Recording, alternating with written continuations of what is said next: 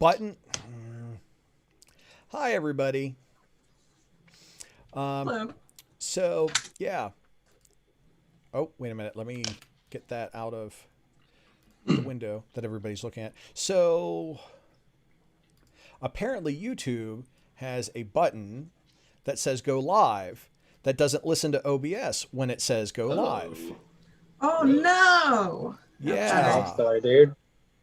No. That's my fault. And that's also part of the reason. You tell the same pandemic story again, and we'll all just be just as entranced. Oh, yeah. Just as entranced. Yeah.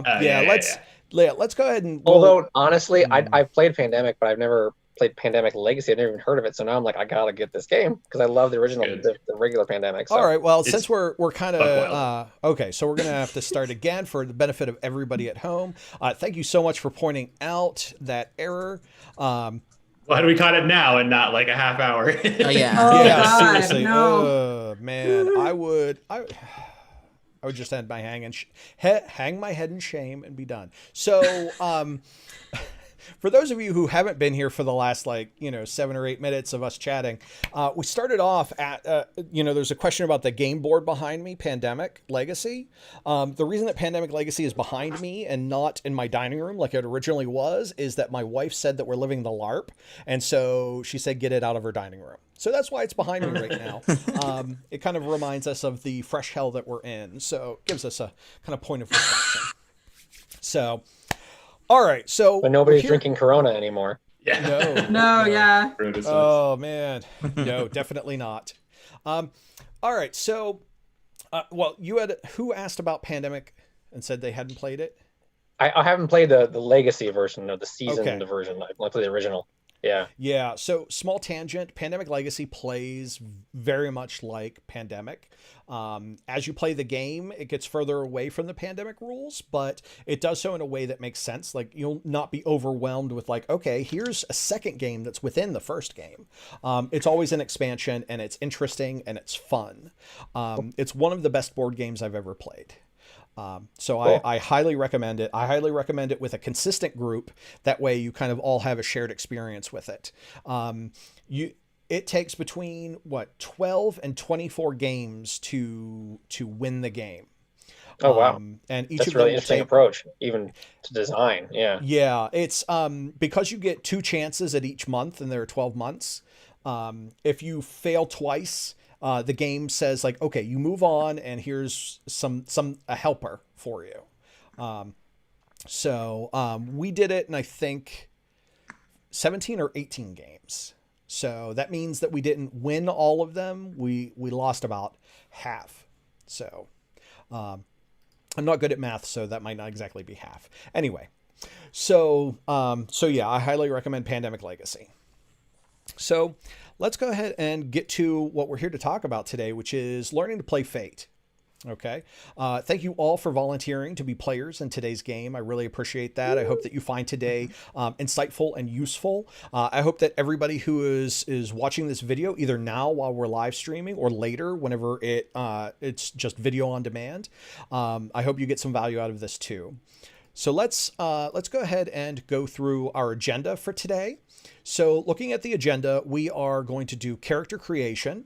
After character creation, we're going to play for a little bit to get a feeling for the system.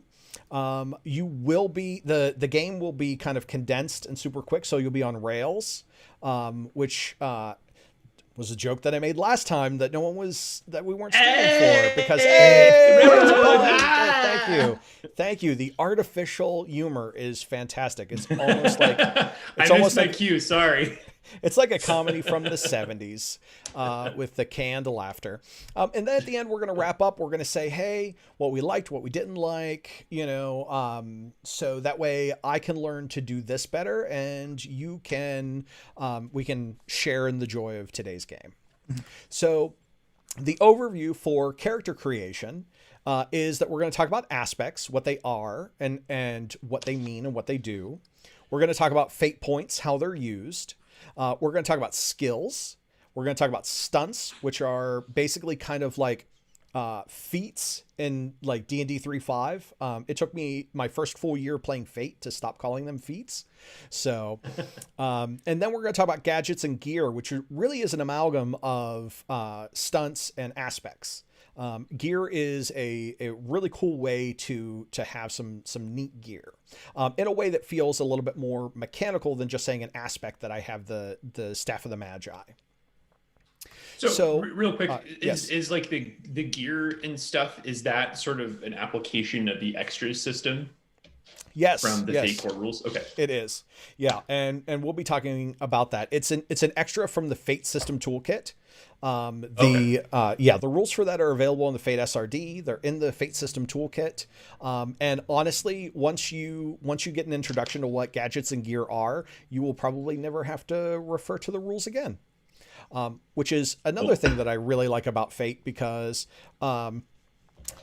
it's really easy to memorize. So, talking about aspects.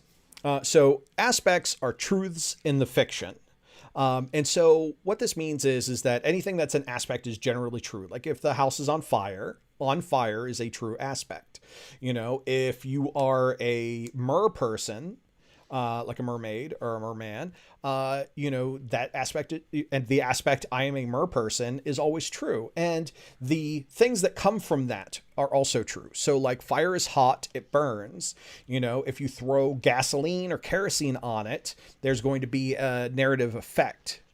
And if you're a mer person and you're out of water, there's going to be a narrative effect, because there are certain assumptions that come with certain aspects. This is why when you write an aspect, you need to make sure that it's understood how it's interpreted. We'll talk about that in just a little bit.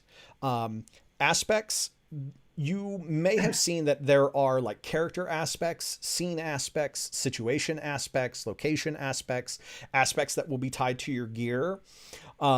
These are nice ways to categorize kind of what the aspect relates to, but there are no special rules that divide a character aspect from a situation aspect from a gear aspect.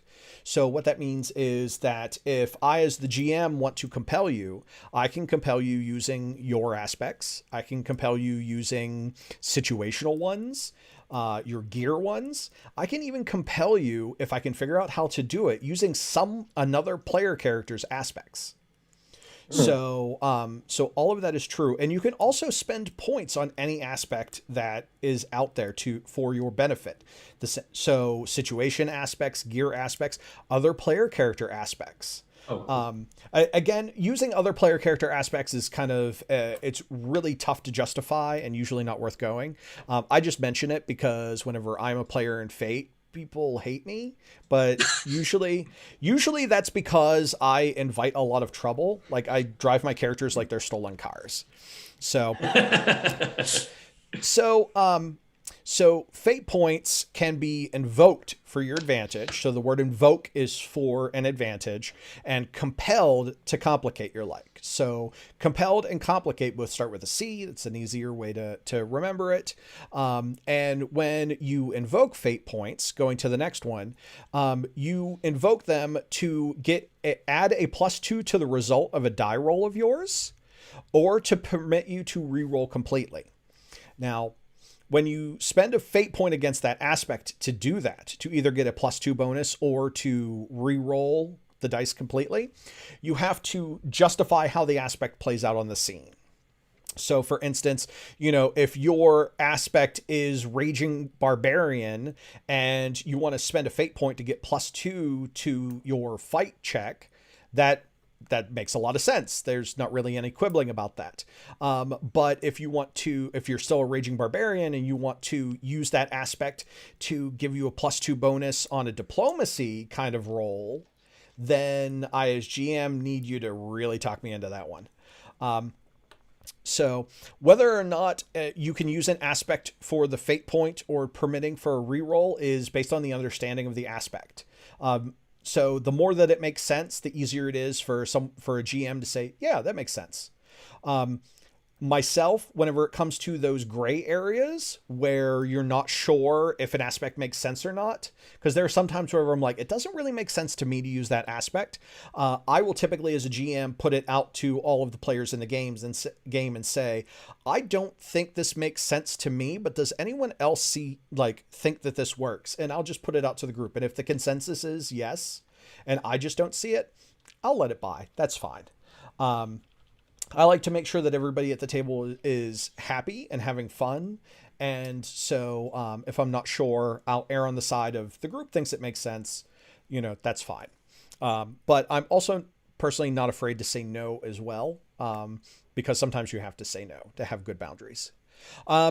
Now, you gain points. So that's how you spend fate points on aspect. You gain points back by accepting compels, which are complications. So these are not the opposite of what an invoke is. An invoke gives you a +2 bonus. A complication doesn't give you a -2. A complication is, in the narrative, your life gets a lot more complicated. So, for instance, if you are the raging barbarian, to go back to that aspect example, because you're a raging barbarian, of course it means that you're going to, as a result of starting a bar fight, you are going to end up in the village jail. And so, as a player, you have two options whenever you are compelled. You can accept the compel and get a fate point. That is probably the hardest thing for new players to accept, is that their characters are going to gain fate points by making their lives harder. It does make their lives harder, but it also has the chance of making their lives more interesting. So don't hesitate on compels, because otherwise you have to spend a fate point to buy off that compel. So if I said to the player of the raging barbarian, of course, after this bar fight, you're going to be going to jail. That's the compel. And I hold up the fate point. If they don't want to do that, they have to give me a fate point to cancel it. So that means that when you get compelled and refuse it, you should make it very important, because your net loss is going to be 2 fate points, because you could have gained one, but instead you've chosen to lose one. So is this all making sense so far about aspects? Yep. Yeah. All right, Yep. Great. So let's talk about writing aspects. So when you write aspects, the aspects are telling, when you're writing your character aspects, what you're writing is what you want the GM to kind of work with in the game. Okay. So it's telling the GM, this is important to me, and I want you to use it for me and use it against me, to make my life more interesting. So, for instance, on the example that I have is Dwarven Fighter, which is an acceptable but bland aspect. Okay, so now I'm going to talk about ways in which we can kind of fluff this up a little bit to be a bit more interesting of an aspect. But I also want to point out that Dwarven Fighter, while being a little bit bland, is also an acceptable aspect. The trick is that everyone understands what it means, and everybody, it doesn't feel over powerful and it doesn't feel under powerful as an aspect. Talking about how Batman is an acceptable aspect. Yeah. It makes sense, because everybody knows rich. what he is. He's rich, has a lot of resources, but also he has a lot of trauma. Yes. He's kind of messed up inside. And especially for a high aspect being your character's core defining trait, it can be something not super complicated. It can just kind of describe your role in the story a little bit. Absolutely. So I'm just watching the YouTube preview. OBS said that everything reconnected. So everything, it looks like it's good. Okay, great. All right. So yes. So when writing aspects, one of the things that your character aspects can do is help with some world building as well. So Dwarven Fighter, if the world is understood, that's great. But let's talk about ways in which we can kind of add on to that a little bit. So let's talk about ways to do that. The ways that I like to pull aspects out are to kind of pull them with who, what, where, when, and how, which, very basic questions. But I ask myself, Dwarven Fighter, who is the Dwarven Fighter? And, maybe it's the Elder Dwarven Fighter of Clan Meadmaker. which establishes that the character is a little bit older, maybe more experienced. There's a clan mead maker. What does that mean? And it helps, define that a little bit more. With what? Dwarven defender of the clan's ancient family gemstone. Okay, so this related to a what, which is the clan's ancient family gemstone. What is that? What's that about? That is fodder for the GM, because we talk about what that means and build into it. Where? Dwarven soldier of the Northern Mountain Valley. Okay, so now we know there's a Northern Mountain Valley and that dwarves have soldiers there. Then we get to explore why that is. When? It could be recently promoted Dwarven Sergeant. So that could also be a thing, where we have a, recent promotion for the character. And then how? Accidental wielder of the hammer of clan meadmaker. So now we've got like this important artifact, this hammer of clan meadmaker that we don't know anything about. Maybe this is part of how this character justifies some gear, using the gear rules that we'll be talking about today. So that's just kind of a framework that I use for writing aspects. So let's see. At this point, I'm going to have you begin writing aspects for your characters. But first, we need to have a little bit of a discussion about what Weird West means to us. Okay, before we can start writing those aspects. So the theme for today is Weird West. That's literally it. That's all I've done is like cowboy, octopus emoji, and that's it. And you're doing a train heist. Now, whether or not you are robbers stealing from the rich, or you are like people trying to be like Robin Hoods, or like, whether you're good guys or bad guys, that's entirely up to you. I don't know what Weird West means. What ideas do you have for Weird West? So when I heard Weird West, the first thought that jumped into my mind was, I want to be a preacher with guns. Yes. All right.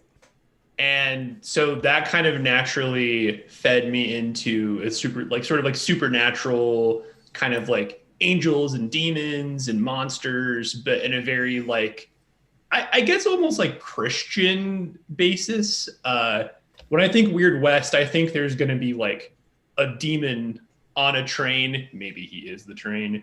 And it's going to, does it make sense? Yeah. So like a real, like pretty strict dichotomy of good and evil in terms of the supernatural forces. Yeah, I think so. I think there's a very clear like heaven and hell supernatural kind of thing as opposed to something more gray. Yeah. And for me, Weird West is kind of like, the whole Western, a lot of the Western genre, it's like fighting against the unknown, going out into the unknown. And the Weird West aspect of it is like, you expected to find like bears and like, other people, but then you also find these other crazy like things. Angels and demons and ghosts. ghosts. Like angels and demons Yeah. and stuff. It's like, wow, this is even crazier than I expected. Yeah. And in like the geography of, I live in Utah, and a lot of the geography out here kind of reflects that. Yeah. There's like Hell's Kitchen or like Hell's Gate. The people who explored this place for the first time saw heaven and hell in the land itself. Yeah. I dig Anyway, it. that's only one thing. That's only one approach we take. I like it. I think it's pretty clear that way. I mean, especially for a short game like today, like having something that's real, like here's this, here's that, and then like, but I mean, obviously with openness for things to middle and like things like, I imagine things like ghosts exist somewhere in the middle of that. Like, why are they there? and people, why are there ghosts here? And people are just caught in the middle, and that's where all the interesting drama happens. Dig it. Yeah. Yeah. Any other suggestions to build on that?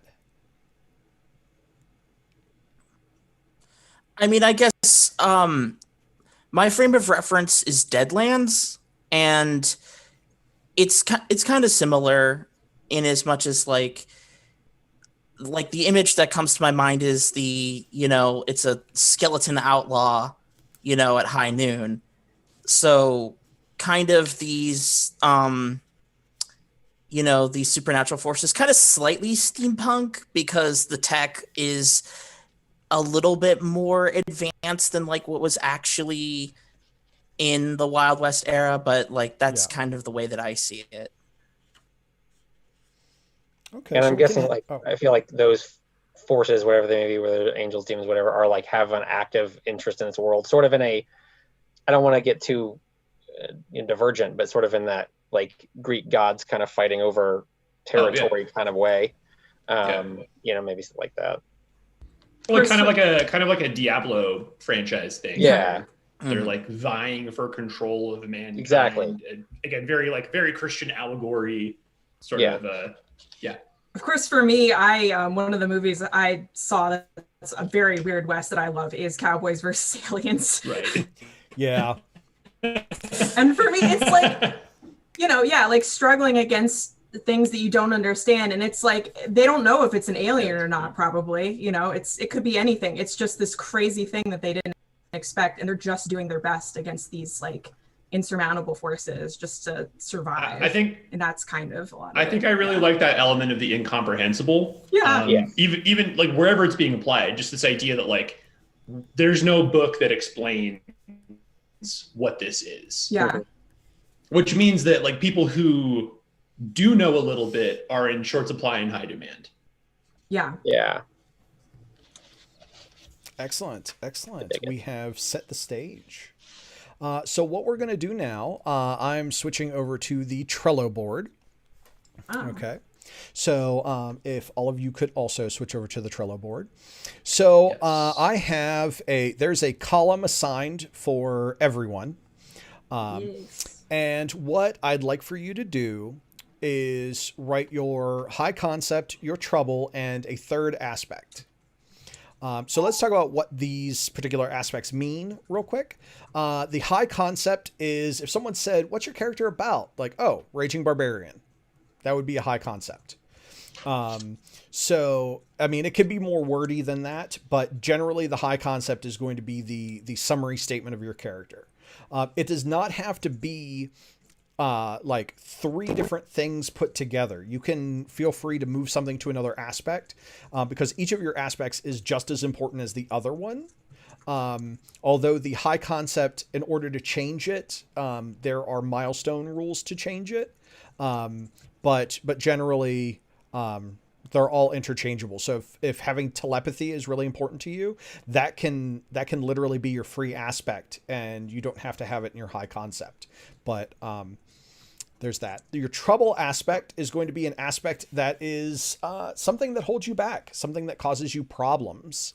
And let's see. Yeah, I don't have anything in the little in my slide deck, but the trouble is going to be something like it could be personal. Like maybe you have a drinking problem, or you're suffering from all of the devils and demons that you've seen out west. It can also be that you are wanted by the law. It could be like external or internal trouble aspect. So you can also come up with your own name. I mean, obviously, you're going to come up with your own names for your characters. If you guys been thinking about as far as I like talked a little bit about character stuff. No, you just came back. There he is. You cut out for a minute. Oh, sorry. Where did I cut out? We're just opening Trello and talking, and they talked about the high concept and trouble aspect, and we were just talking about how we were see if we can edit, if we're you can open it to us to edit or whatever. Yeah, it should be open for you to edit. Oh, I think I'm going to actually have to add your email addresses to the board to edit it. Garbage. If you can keep this going. send that to me via Discord, and I'll talk about high concepts and trouble while I do that. Okay. So I'll send you our stuff via Discord. Yeah, send the email addresses via Discord. Okay. Oh, okay. All right. Yeah. All right, so high concept is the summary statement of your character. It's what your character is about. It doesn't have to be like a long, like elvish fighter of like, it doesn't have to be super long. It's not like everything, but it is a brief summary. Your trouble aspect is the aspect that you're going to use to generate problems for your character. So those problems for your character could be internal or external. So internal could be something along the lines of, personal problems, substance abuse, something like that. External problems could be wanted by the law, wanted by some enemy or something along those lines. So those are those two aspects. Your free aspect can be, you've all been invited now. The free aspect can be anything you want it to be. So it doesn't have to have a particular purpose. So now you all have editing rights on the Trello board. I will add that as a to-do on my list for my Learn to Play Fate Master to-do list. And then we'll talk about aspects as everybody starts writing them. So I'll go ahead and be quiet to let you think.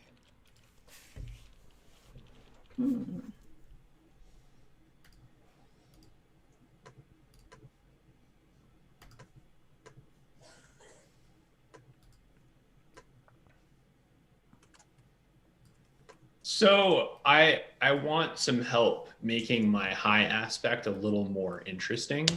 Yeah. Because gun-toting preacher is good, but if we could go through the process to kind of dig into that more and make it a little more detailed. Sure. Without just slap. I don't want it to just be two aspects jammed together. I want it to be cohesive still. Sure, we can absolutely do that. So so let's go through our who, what, where, when, why, how. Yeah. So gun-toting preacher, who is this gun-toting preacher? Is there depth to his character? Is he a reformed preacher? Is he a recent preacher? Is he a fallen from grace preacher? Or gun-toting preacher from Hell's Gate? Something along those lines. Who? What? Maybe it could be some sort of the what could be the gun that the preacher totes. Maybe it's something similar to the TV show Winona Earp. It's a firearm that's really good. I'm saving that. Don't worry. That's going to come back. Okay. All right. Or Supernatural's gun that they had for the longest time. So maybe what I want to include in the high aspect is the fact that he has been a scholar and is very concerned with understanding what's been happening in the world. Because what I'm planning for this character, I want lore to be his highest skill.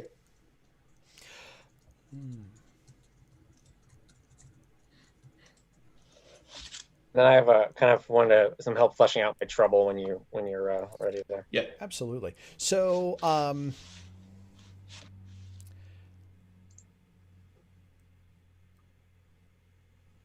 so he's an academic, but he's kind of so how does gun-toting work with him being an academic?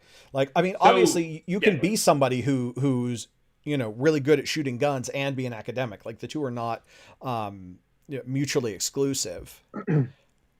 So where I'm coming at it from is he was a very his trouble aspect is I miss the pulpit. He would rather just be a normal preacher. He loved the word. He was very comfortable just living his truth and sharing it with people and trying to be an example of good, right, upstanding living. But with things getting weird in the Weird West, he was forced to deal with the fact that I have to do something about this and preaching isn't enough.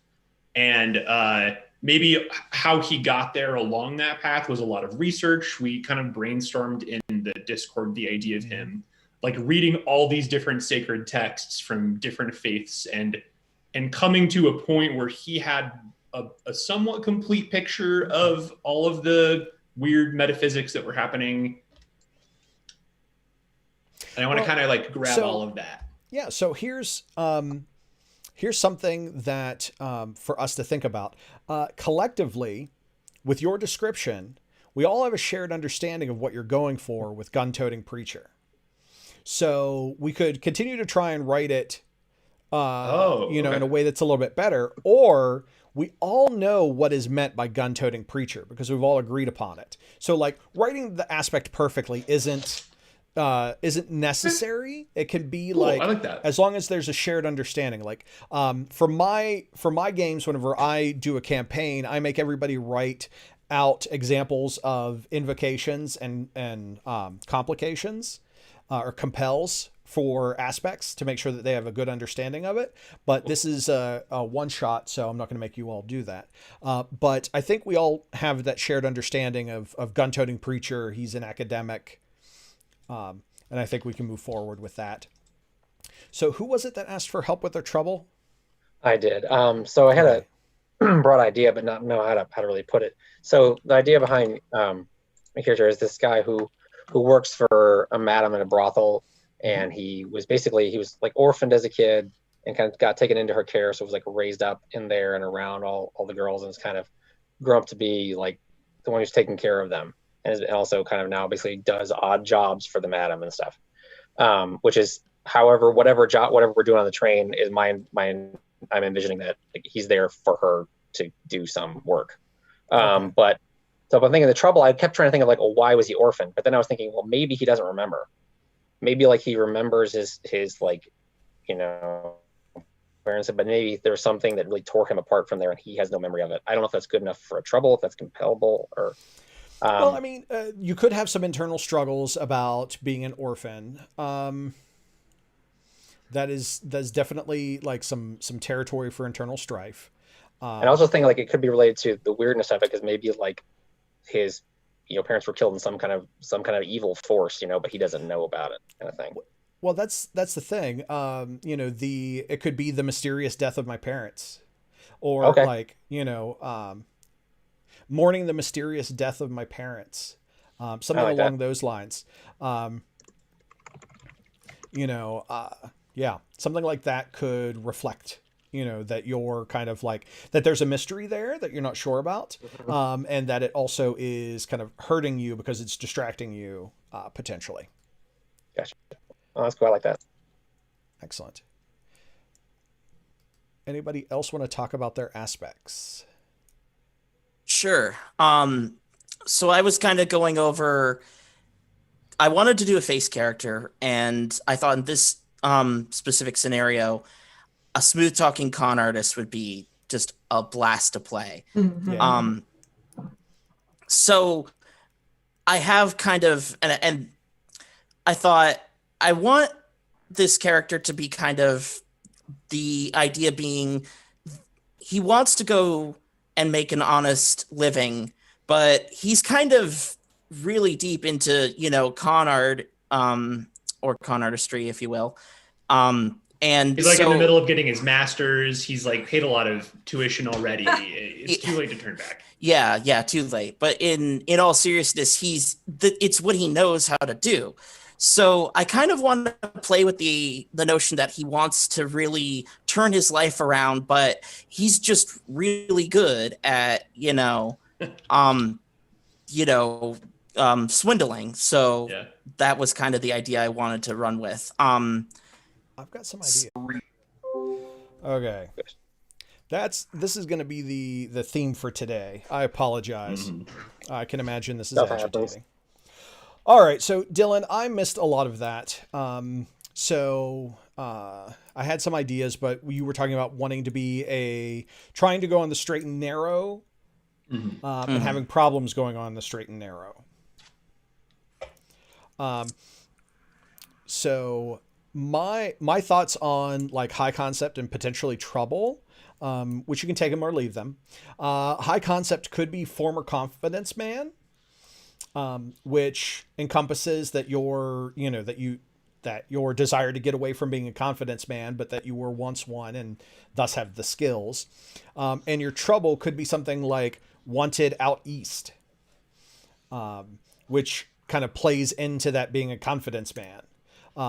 I don't know if anything that I missed whenever my computer or my internet bugged out, might want to change that, but those are some suggestions that I have. So what we talked about was kind of just the general ideas. Like the reason I'm on the train in the first place is I just hopped on the last train out of town because I literally just swindled a whole bunch of people, out of their savings, and I am trying to bail.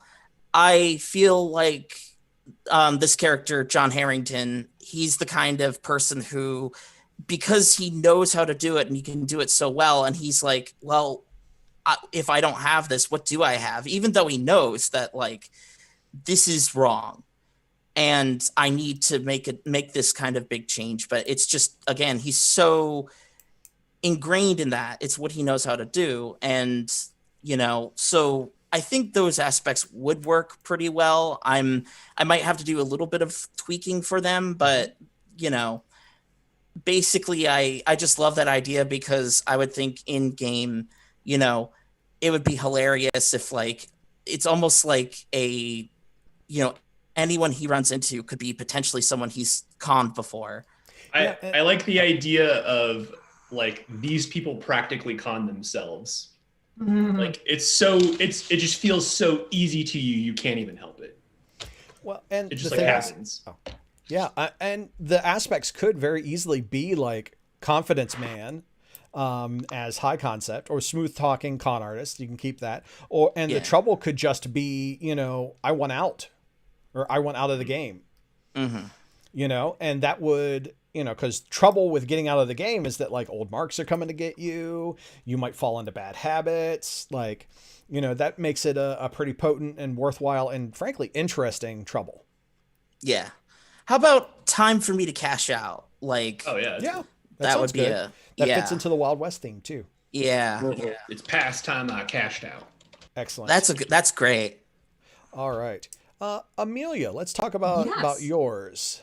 So my high concept is widow who turned to a life of crime. Basically, I'm mashing together, oh my God, Sadie Adler and Arthur Morgan, just coming together in this character of basically like she and her husband were traveling out west to like start a homestead or whatever. Yeah. He died, and she was like, great, so I'm stuck in the middle of nowhere with no money. There's no legitimate work for a woman. What am I going to do? And so like, she kind of turned to it at first, like, okay, well, I'm just going to get some money. I'm going to continue on my journey. But then she kind of found out she liked it, and she doesn't like that she likes it, but it's just a thing now. And so she's ran with various gangs. Her trouble is wanted by the law for obvious reasons. Yeah. And yeah, she's kind of fallen into it, but she's found out that she's very good at it. And, even when she kind of gets herself into trouble, she usually gets herself out of it, or knows people who get her out of it. So that's kind of all three of them at once. But yeah, that's the high concept is her turning to a life of crime, trouble wanted by the law. And then her free aspect is that, she has a sharp, dry wit, but that also can get her into trouble because she'll be too blunt or honestly, just go for it. Every aspect should have a way to complicate your life. So yeah, no, that's great. I like those. I like that character concept. Okay. So when you guys rename your characters to whatever you want your character's name to be, I would ask that you would put your name in parentheses after it, or like just somehow that way I know which player character goes with which player. So done. There you go. Great. So let's see. Skills. How's everybody feeling about their aspects? The other one I was going to say is I just make sure it's all right with you. The free aspect, I put first sweet, then sour. My vision there is that, so he's working in this brothel, and if he's trying to sort out the riffraff, that like his first approach is, with personality and wit and trying to just tamp down the situation. But then that doesn't work. He's not afraid to knock heads, kind of thing. Sounds good. I'm good with that. Okay, everybody has some great aspects. I have to say, I am kind of surprised that no one went really the supernatural route. So that sets a certain kind of tone for what we're doing. But wait until you see my gear. Okay, all right, that's fair. I have a plan. I have a thought on mine too. Okay, good. Which that also sets an interesting stage. Like the people aren't like supernatural. The stuff that you're using is, which has come together really nicely. Great. I'm going to go back to the slideshow, and I'm going to talk about. I'm not really going to talk too much about skills. I'm going to copy and paste into Discord so that you can all see it. What skills you get for your characters. So you get 1 skill at +4, you get 2 at +3, 3 at +2, and 4 at +1. The most important thing right now is to kind of assign your top 3 skills. So that 4 and those 2 3s would be great for you to assign right now.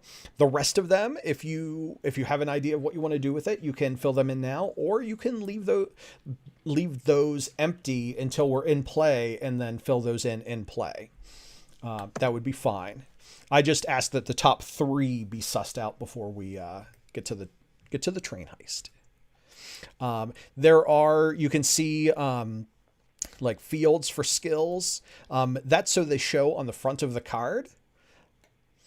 So, and then where it says like custom field +4 skill, do we just erase that and type in the skill that we're doing? Okay, cool. Yes, that is, that's because I have that programmed in Trello to show on the front of the card. So I can actually see it. What skill do you think would be preaching? What do you think that would fall Rapport?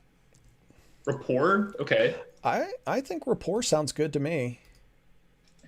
Unless he's all fire and brimstone, in which case that would be provoke. Maybe it's provoke, because like it's not just fire and brimstone, but it's the kind of preaching that really motivates you to do better. I'm good with that. I like provoke for that. That's cool. It's like very action oriented. Yeah, now this is an example of when we take a skill and we have our game-specific sort of definitions for things. Okay, so a lot of Fate games will customize the skill list, and whether or not certain skills can be used certain ways is up to a shared understanding amongst the group. So for the most part, the skills are very, very straightforward, but just as we discovered, preaching, what is it? There's no preaching skill. So the question is, do we need a preaching skill? No, we don't need a preaching skill in this example. But then the question of whether it's rapport or provoke. It's like, okay, so now we know that we have 2 different ways that people can do preaching. It's like, okay, so like we have a shared understanding here. And through that shared understanding, like provoke and rapport, we know can be used on crowds of people in the right situations, in that preaching situation. So I just wanted to mention that while everybody is getting their skills set. Let me know if anybody wants some help or suggestions. Yeah. Okay. I'm still looking. Oh, okay. Athletics.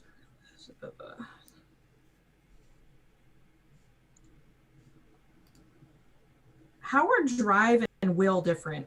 Or is drive literally like driving? It's like literally driving. Driving. Okay. Yeah. I was like. And in this instance, it would be driving a horse. It's not hustle. Yeah. Okay. All right. Like possibly a train, maybe. Driving. Yeah. I should have rewritten it to riding, but I didn't. That's okay. I saw both of those and I was like, wait a second. I mean, do you want us to just do the top 3 and then flesh out the others as things come up, or do you want us to flesh it out? Well, that's up to all of you. As soon as those of you have the top 3, then we'll move on to the next thing, and you can fill it out as you want to. So, okay, because usually the top 3 require like actual like thought as to like those are the 3 skills you're going to use the most, and then the rest of them it's just like so. Dylan, notice versus investigate. I'm looking. So I've basically got like you put the skills underneath your high concept. Okay. Yeah. So it starts off with deceive, then you've got provoke and will, and then rapport, resources, and stealth, then athletics, shoot, fight, and notice. That's what I'm thinking. All right. Yeah, and I will just move that over to the other fields as well. As long as I know where it is, that's good. All right, so everybody's got their skills. So what is next? Let's look at let's talk about stunts. So I'm back in the slideshow to look at stunts. So each of you is going to get one stunt. Usually in Fate, you get you start with 3 stunts. I start with 1 stunt to kind of compress things for time. If you want to write extra stunts for your character, you may, but we're only going to use 1 in this game. So there's stunts come in many different flavors. The easiest way to get started with them is because I describe how amazing you are or a cool piece of gear you have, I get a +2 when I use a skill to overcome, create an advantage, attack or defend when a certain circumstance. Okay. And so what this means is that this is kind of like a bonus ability that allows you to get an additional +2 to something that you're doing. When other types of stunts can allow you to do different things, like spend a fate point to do something really awesome, or once a session kind of stunts that allow you to like appear in the room, even if you're not in that scene or something like that. There are lots of different ways to do stunts. For today, I'd like to kind of keep it simple and go with the like +2 to a skill, etc., for the stunts. If you've got some experience writing stunts for Fate, I'm open to other things. I'm not going to say no to other formats for stunts.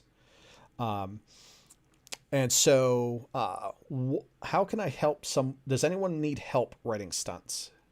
So I'm sort of going between 2 stunts right now. I'm thinking I want either like Hell is Where You Belong, where he gets a bonus to shoot when he is like attacking something that belongs in hell. Okay. Or I'm thinking something where like I know everything about your kind, where he gets a bonus to lore when he's identifying or getting information and like just knowing things about something supernatural. And my thought process is my gear is probably going to give me some kind of bonus for shooting things that belong in hell anyway. So maybe I should make it about the lore thing. I don't want to be like turbo min max for shooting stuff. Yeah. Then, go with the lore one then, and we'll talk about the stunt that'll go with your gear.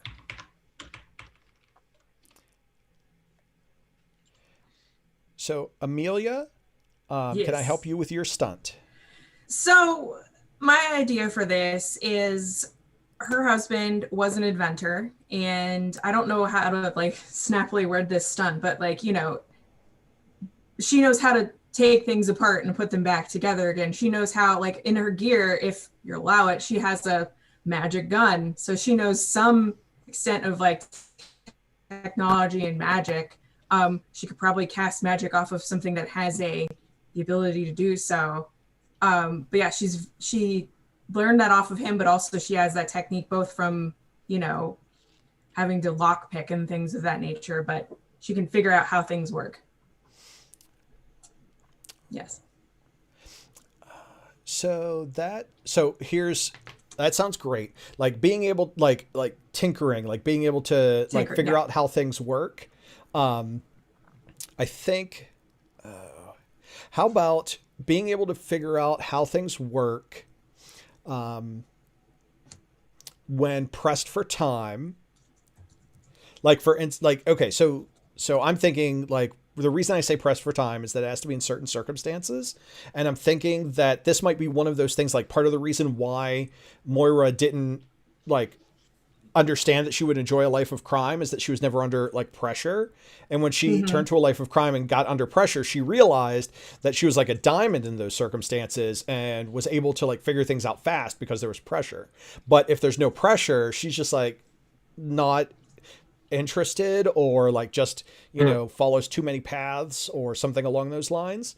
Definitely. Okay. And so the big question that I have for this is, do you intend to use this to overcome obstacles, or do you want to use this to create advantages to like turn things in your favor? I would say overcome obstacles. Okay, great. So, I mean, I think that it sounds like +2 to a skill.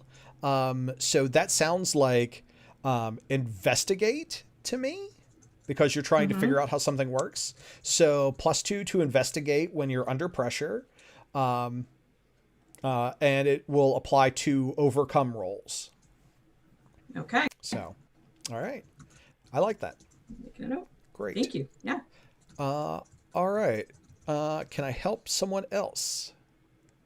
Trying to make sure you think mine is kind of what it goes. I said, don't get blood on my rug. I said, because I've learned to quickly end fights with the riffraff. I have +2 to create advantage with fight when making targeted strikes. Oh, So yeah. like, the thing I'd imagine was like kind of like really good at like throat punching, groin kicks, all those kind of things to really quickly kind of get somebody stunned or, down. I like it. I like it a lot. Good stuff. All right. Let's see. Josh, Dylan, how are you guys doing? So this is kind of tell me if this is like something that would make sense. So the idea is like the wicked have no power here. So like because of his studies and his knowledge combined with like, his just upstanding spirit, he has some tacit immunity to the forces of evil. So basically the idea is I would spend a fate point to use lore to defend against a supernatural attack. Okay, so here we have to ask ourselves the question. First of all, I think the theme of this stunt is perfect. Being able to use lore to defend against supernatural foes. The question that we have to ask ourselves is the cost in line with what we want to do here for this? So spending a fate point to use lore is a hefty cost, which means like, do we have the assumption that supernatural like attacks are rare but super powerful?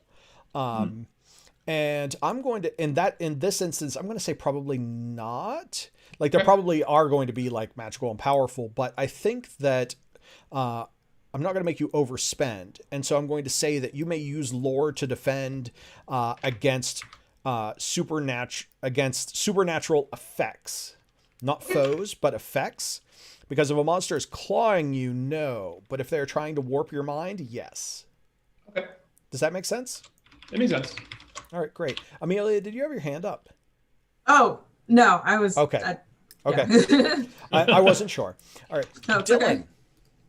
So I kind of went with one of the standard deceive stunts. I think we could modify it if need be, but I also think it will be like it fits in with my character theme, which is one person, many faces. Whenever you meet someone new, you can spend a fate point to declare that you've met that person before, but under a different name and identity. Really fun. Create a situation aspect to represent your cover story, and you can use deceive in place of rapport when interacting with that person. I'm good with that as is. Yeah, that's tailor made for John Harrington. Oh yeah, absolutely. Cool. I will tell you, one of my favorite places to pull stunts from is the Young Centurions. Is that it? No, it's the Shadow of the Century. The Fate book Shadow of the Century. Because they use roles for characters, which are sort of like toned down mantles from Dresden Files. They have a lot of stunts that are centered around themes like ninja and brains and things like that. And so like whenever somebody has a character that's fitting into a certain type, that's a good place to go to get some they have a lot of really highly specific stuff, even to the point where they're like tiering skills. Like you have to have this stunt to have this one, that kind of thing. Yeah, really, Shadow of the Century is even about excellent. being an artist and stuff. Yeah. I like the role system that they've got in that, which is to say it's a system is really blowing it out of proportion. It's a label. All right. So the very last thing that we've got to do for our character building is to talk about gadgets and gear. So, I'm going back to my slideshow, gadgets and gear. So generally equipment in Fate Core, like what your character is carrying, we don't have an inventory sheet on the character sheet. If it makes sense that your character would have it, then your character generally has it. Like I'm assuming that you will all, if you want your characters to have pistols, boom, you've got pistols. You want to carry a rifle, you've got a rifle. We're not here to track that sort of thing. But that is, so if you want to use shoot, you would use the pistols that you would have, that kind of justify their existence. That equipment is not special equipment. That's not anything out of the ordinary. That's like narrative approval to do certain things. Like if you like wanted to use a sword, we could assume you could have a sword. You can also in Fate use one of your character aspects to name a piece of equipment, which would just mean that like that aspect related to some important piece of equipment that you had. So that would be, you could invoke because the equipment is potent, and you could be compelled because maybe other people want it. But if you want to get a little bit more out of your gear and you want it to feel a little bit more, I hesitate to say like treasure from D&D or magic items from Dungeons and Dragons, you can use gadgets and gear. So gadgets and gear, what you do is you create a function aspect and a flaw aspect for the gear. Okay, so this is analogous to the high concept and trouble that your characters have. And then that gear also gets a stunt. Okay, all of that costs 1 refresh for your character. Okay, so what that means is that you're going to have 2 additional aspects related to that gear that, will be, that you can use in your favor or that can be compelled against you. And then it also has like a stunt attached to it or more stunts. For today, we're only going to add 1 stunt, but for future reference, you can pay additional refresh to add additional stunts to your gear. So if you have like 4 refresh to spend, you could get a like a firearm with a function and a flaw aspect, and then 4 stunts attached to it. Which means whenever I compel it, that the bad guys steal it for a little bit, that's a heavy investment that you've lost. So wait, so when you say compel it and the bad guys steal it, what do you mean by that? Do you mean like... Oh, well, what I mean, I'm a little bit joking about that. So the gear that you have is just that, like it's gear, but it's special gear. Okay. So let's say there's a situational aspect, like you're hanging from the train, like some creature has you hanging from the train and it's about to drop you and you're trying to not be dropped. Because of the situation aspect hanging outside the train, I could choose at that moment to compel you and say, hey, that fine gun that you've got, it's going to drop and you're going to have to go back and get it later. So you're just saying that it's like, because it's a physical object we have, the narrative could cause us to lose it or something. Yeah. Correct. Now, lose it. It could get broken, things like that. Yeah. Now, I say all of that. As a GM, whenever you're letting your players have gadgets and gear, you have to be sensitive to the fact that people people want that gear. Like they don't want their magic sword to break. They don't want like all of this stuff to happen. But it does give you a good place to toy with them a little bit. Like for instance, I ran a Musketeers themed game and one of my players had gear that were 2 pistols that her father had given her. And I made use of a situational aspect to make the bad guy steal one of them. And so that led to a side quest of getting it back, which was something completely unplanned, but also was interesting because that piece of equipment was very important to them. So right now what we're going to do is we're going to create our gear, and you're going to need to create a function and a flaw. You will see in the little boxes, there is a function and flaw. There's also a stunt line, but you can just write the stunt in the description if you prefer on the Trello card. I just like having the function and flaw typed in there so that I can actually kind of see it at a glance. It does. Mine just says gear. I mean, what do you mean? It's got the. You mean in the custom fields? Yeah, in the custom fields. Yeah. Oh, okay. I'm seeing it now. Yeah. Sorry, the. No, that's not bad. Yeah. So yeah, let me know if anyone needs any help or assistance, and I will do that.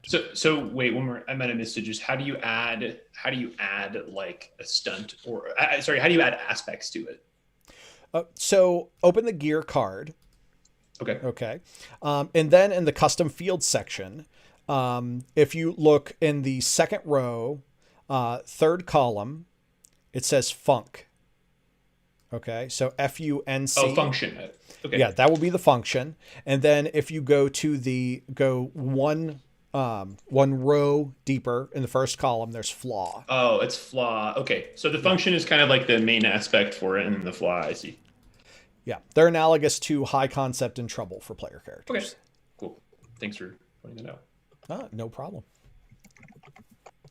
So I have a broad idea. I'm not really sure how to flavor as far as the exactly as far as the high concept and the stunt. I have an idea for the flaw, but basically, so I see this character as he's working this brothel. The Madame really wants to be like a nice place, so he's always like kind of dressed to the nines, which is why I put him in. That's why I put the nickname. He got the nickname Peacock because I was wearing like royal blue and like resting like vest, kind of like think Jim West sort of thing.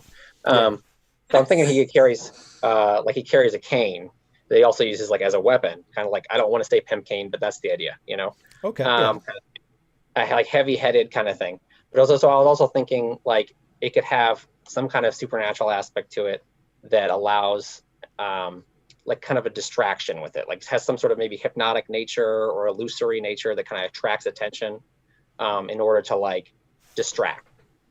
But I don't really know how to kind of put that into the, all of the words. I was thinking like in terms of flaw, it could be like he doesn't know the source of its power, what might be an interesting flaw. Okay. So my question is it to distract to allow you to get around whoever's distracted, or is it to distract and draw attention to you? Okay. I guess probably draw attention to me because I think I'm envisioning it as a way of like he's protecting the people and the girls that are working in this place. So he's like that's kind of his job. So if his attention is on to him, or whether that's for to get them physically or to get somebody around them or whatever it is. But yeah, I think draw attention to him maybe. Okay. All right. Great. Okay, I'm sorry. I accidentally clicked on your on Josh your thing, so I see. I'll fix it. I apologize. I believe that each card has a history to it, so you should be able to recover. Oh yeah, you didn't break anything. You can just fix it. Yeah. No. Okay. All right. Great. All right. Okay. So as far as the stunt, I can see a way to write that, but I'm trying to think of like in terms of the high concept or the function for the gear. I'm not really with that. So what is the head of the cane? Like what is that's the thing that sort of I wasn't sure because I know a lot of them have like some kind of animal on them, and that's why I wasn't sure if it was going to be illusory, like everybody saw something different maybe, and maybe that's the kind of supernatural element of it, like they saw what they want to see, or I don't know. I'm trying to think of something that would be distracting. I mean, that's the part I'm having a struggle with. Well, I mean, the thing is like why not have the handle be a peacock? Like a peacock is like, I mean, if it goes with your character, with the nickname that you want, it could have been the root of your nickname. And because it's a peacock is very colorful and is about like displays and drawing attention to itself, that really kind of like goes with that. Okay. So, I mean, it could be like, arcane peacock cane. I did not mean for that to rhyme, but something as simple as that. Okay. Yeah. All right. So I'm ready, and I want to get your feedback and make sure that it makes sense. Sure. Let's talk through it. So I'm very excited about this. So the Reverend Cj Haggard's his holy relic is twin 6-guns touched by the angel Gabriel. Nice. That are blessed to send Hellspawn back to where they belong. And he has named them Thoughts and Prayers. All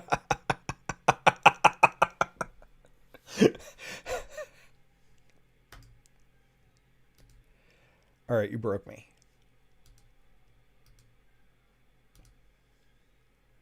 One moment, guys. My Zoom audio just cut out for some unknown reason.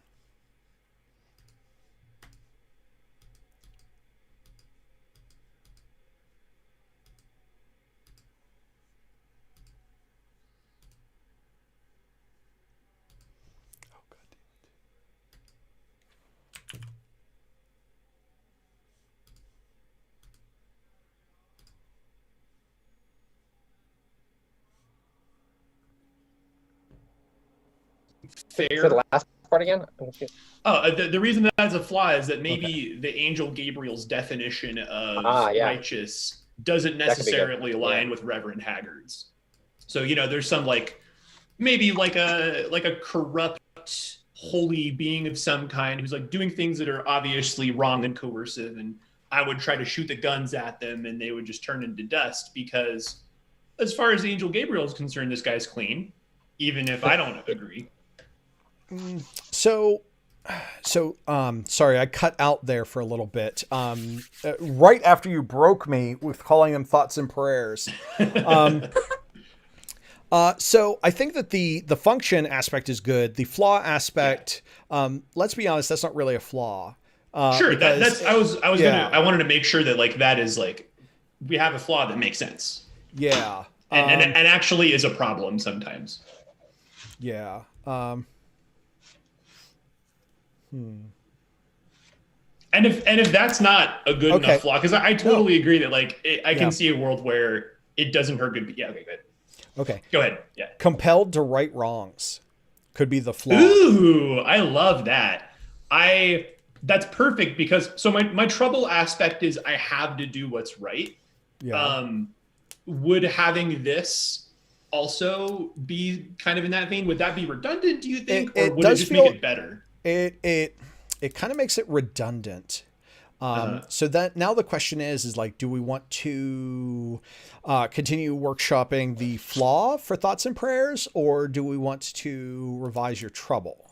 Let's revise my trouble, because I love compelled to right wrongs. That's fantastic. Yeah, right. I don't know how this would work into it, but I was thinking, what if, I don't know how magical they are, but what if they literally will not fire if it's like you may think it's a bad person, but actually they're not, or something, and it's just like that's kind of an advantage, though. I don't know. That seems like it would be what I want anyway. Yeah, I don't know. That can be part of the function aspect assumption, which is blessed to send the Hellspawn back.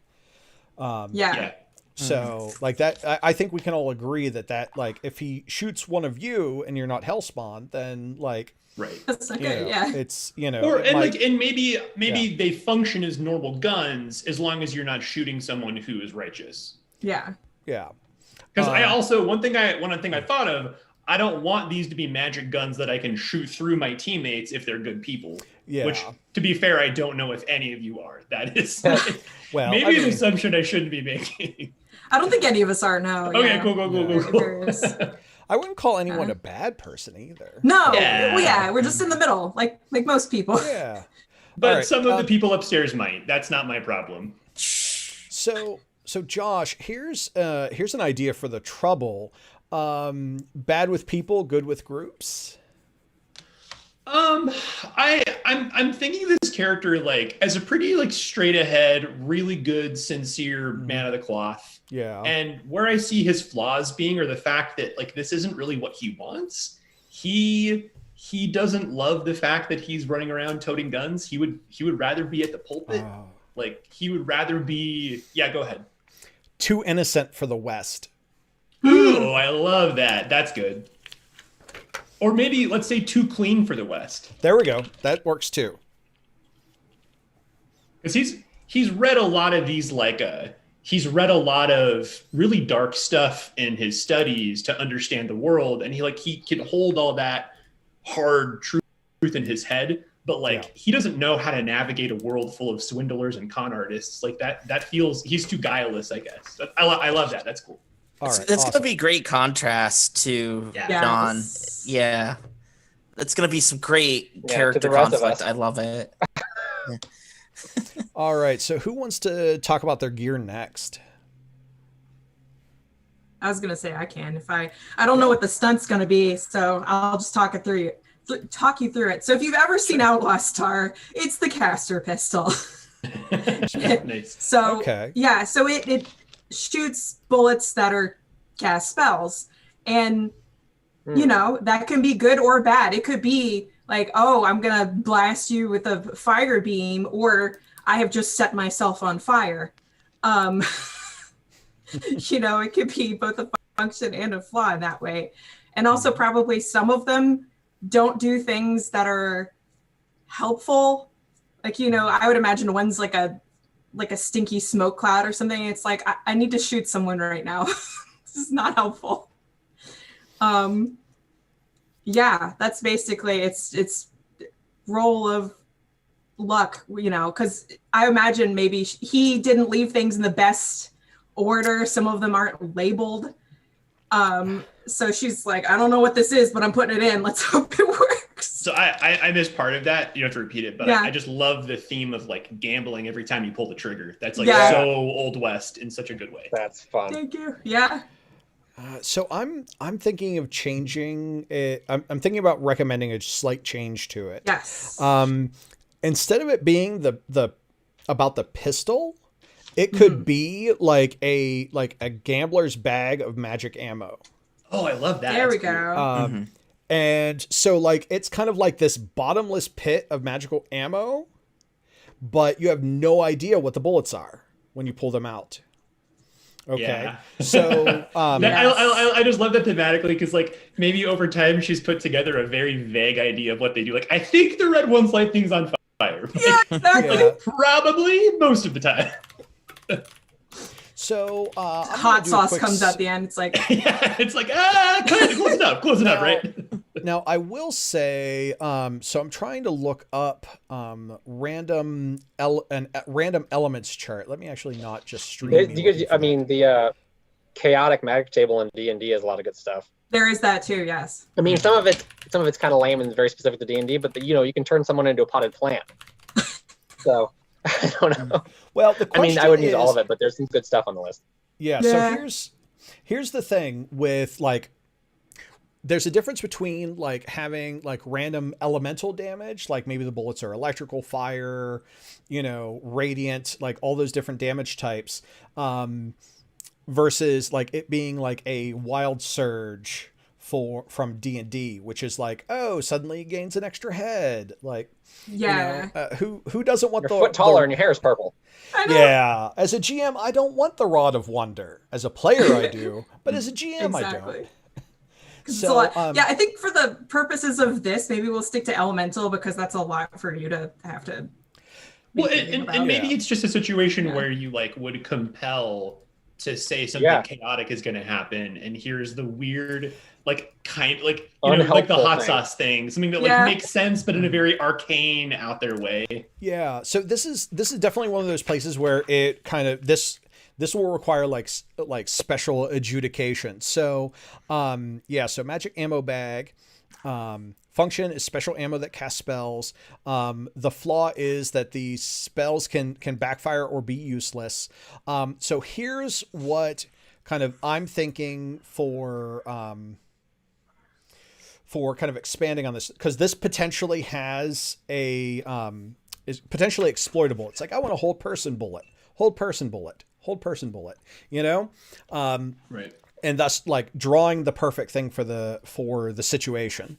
So I'm going to think that by default, not even looking at the stunts or anything, but by default, the bullets that get fired, it has to be an elemental type, and it has to be a different elemental type from the whatever you used before. Okay. So just in general, like if you shoot, like you can say like, oh, it's fire, electricity, radiant, plant, like whatever, something along those lines. I'll leave it up to your imagination as long as it's fairly reasonable. But for the stunt, I don't know what you're thinking about for the stunt, but related to this could be, the stunt could be pull a specific bullet. That's what I was thinking. Yeah. Which I would say in this instance would be spend a fate point to pull a bullet with a specific magical effect. Oh, cool. That's Yeah, sweet. I think that's cool. Which I will say as GM, like, I reserve the right to veto magical effect because Yeah, of course. no nukes, but generally, God, no. yeah, but generally, But like reasonable things that you pull out of a bag, like yeah. well, I mean that would be the instance where it's like, okay, I want a prismatic ray bullet, or I want a hold person bullet, or a web bullet. Like that's an example of what that would be. And I think the spending of the fate point for it makes it cost just right. All right. Just take all those compels, Amelia, so we can see a lot of cool stuff. Yeah. Yes. All right. So last, Dylan, let's talk about yours. So Your I gear. thought I was gonna have a shimmering mask. That was the idea. The idea All right. is that John can put it on, and it will basically, it's a magical disguise. It Okay. will, completely change his appearance. And the kind of I don't know. I didn't know how to think about stunts for it, so I just kind of left it alone for a bit. Mhm. But the idea would be is that its flaw is that like over time it tends to shimmer. It basically can't keep holding the illusion up forever. So, John basically has to, like I'm envisioning a scene where like John has to like duck into a bathroom or something, put it on, comes back out as like a completely different person. That would be the concept that I was working with. Okay. So for the flaw, I've got a couple of suggestions for you to consider. All right. To go with the idea that like, tends to shimmer, which sounds to me like you have the disguise, but then it gets revealed, is that, the flaw could be only works for a short while, which means that like it works for like 5 or 10 minutes and then that's it. Like that could be the flaw. I don't think that's what you're going for though. But that's one suggestion. Another suggestion to kind of make this a little bit darker is that you need to power it with a piece of a person's soul. So if you want to take on a disguise of a person, you have to get the mask close to them so that it can suck away a piece of their soul. Ooh, that's so dark. I love it. It's like it is so because I'm thinking it's like it, and I could even remark that John has in a way sold his own soul for this. That would be powered by souls. Powered by or souls. Or something along those lines. Maybe to go with that, because it has to take a part of a person's soul, you can't copy someone who is like actually an honest person. I don't know if that's like too out there metaphysical, but the idea of like dishonesty somehow splitting your soul and fragmenting it so you can actually take a piece of it away. I don't know. I know it's too weird or out there, but okay, so damn, if this was a campaign, I've got so many different ways I go. But one thing that we could say that I don't know if it'll come up, but it's that like if someone has sold their soul, then you can't take a piece of their soul to disguise. Yeah, because it belongs to someone else. I love that. That's cool. Because it's already claimed. Yeah. Nice. Oh, that's so interesting. That's really spicy. All right, great. All right, so I would like to just go over everybody's character from kind of like the top down. Whenever I'm done with that, then we're going to take like probably a 10-minute break for everyone to get a chance to rest, recharge, stretch your legs. And then I'd like everybody to be thinking of ways that your group had already come together. You are going to be going on a train heist for a thing. And so we're going to talk about that pretty quickly to get back into it. So, to go over everyone's characters, Amelia is playing Moira Haskell, a widow who turned to a life of crime. She is wanted by the law, and she is impulsive. She is excellent at noticing things, investigating things, and burglary. Excellent. She works well under pressure, and she has a magic ammo bag that she found among her deceased husband's things. That allows her to basically shoot magic spells out of it. John Harrington, played by Dylan, will be a smooth-talking con artist, and it is past time he cashed out. The marks, though, practically con themselves. John is excellent at deceiving people, provoking people, and also has a lot of willpower. He's met a lot of people under a lot of different faces and aliases. And so he may have a relationship with just about anybody he runs into. And he has a Shimmering Mask that allows him to transform his appearance, but it is powered by souls. Josh is playing Reverend Cj Haggard, a gun-toting preacher who is too clean for the West. Life is a pulpit. Very good at lore and knows a lot about a lot of things. Is surprisingly good at shooting for a preacher. And is also really good at provoking. He uses his lore to defend against supernatural effects. And he has 2 6-guns called Thoughts and Prayers, touched by an angel. Lastly, we've got Zach, Herbert, Peacock, Hessenwing. Madame Charlotte's flashy confidant and bouncer. He is mourning the mysterious death of his parents, and he is at first sweet, but then can turn sour. Is really good at fighting, deceiving people, and noticing things. Does not like blood on his rug, so is excellent in a fight. And has a peacock cane that draws attention to him somewhat supernaturally. This is awesome. All right, we're gonna take a 10-minute break. So we're gonna meet back here at 2:50 Eastern. That's 10 minutes from now, and I'm going to try and start piecing things together for an adventure. So Sounds good. All right, I'm just gonna put up the holding screen, and we'll be back. All right. All right.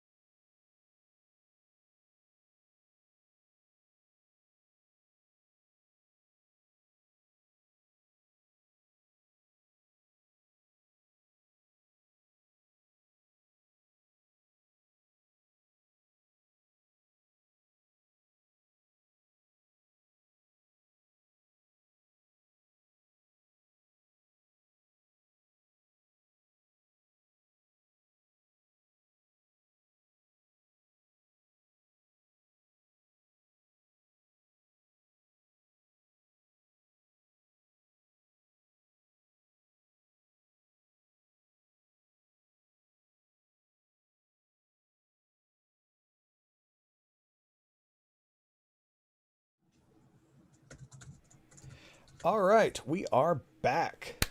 Awesome. Okay, so I've actually, during the break, I took some notes based on everybody's aspects. So I've decided how the heist, or what the heist is and what it's about. Again, apologies for railroad tracks, but hey, guess what? You signed up for this. All right. It is what it is, yeah. Yep. Yes. So it turns out that Madam Charlotte is quite in the know in the town in the Wild West where you are.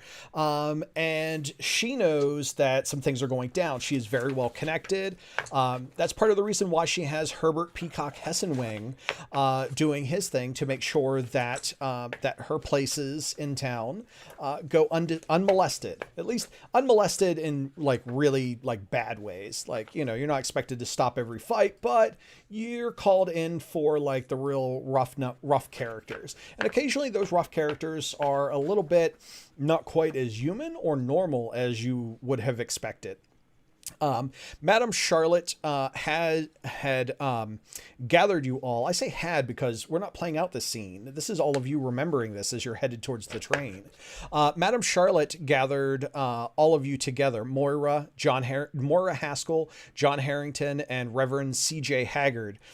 She called each of you together because there is there's going to be a train heist, and she wants you to heist the train before the other heist happens.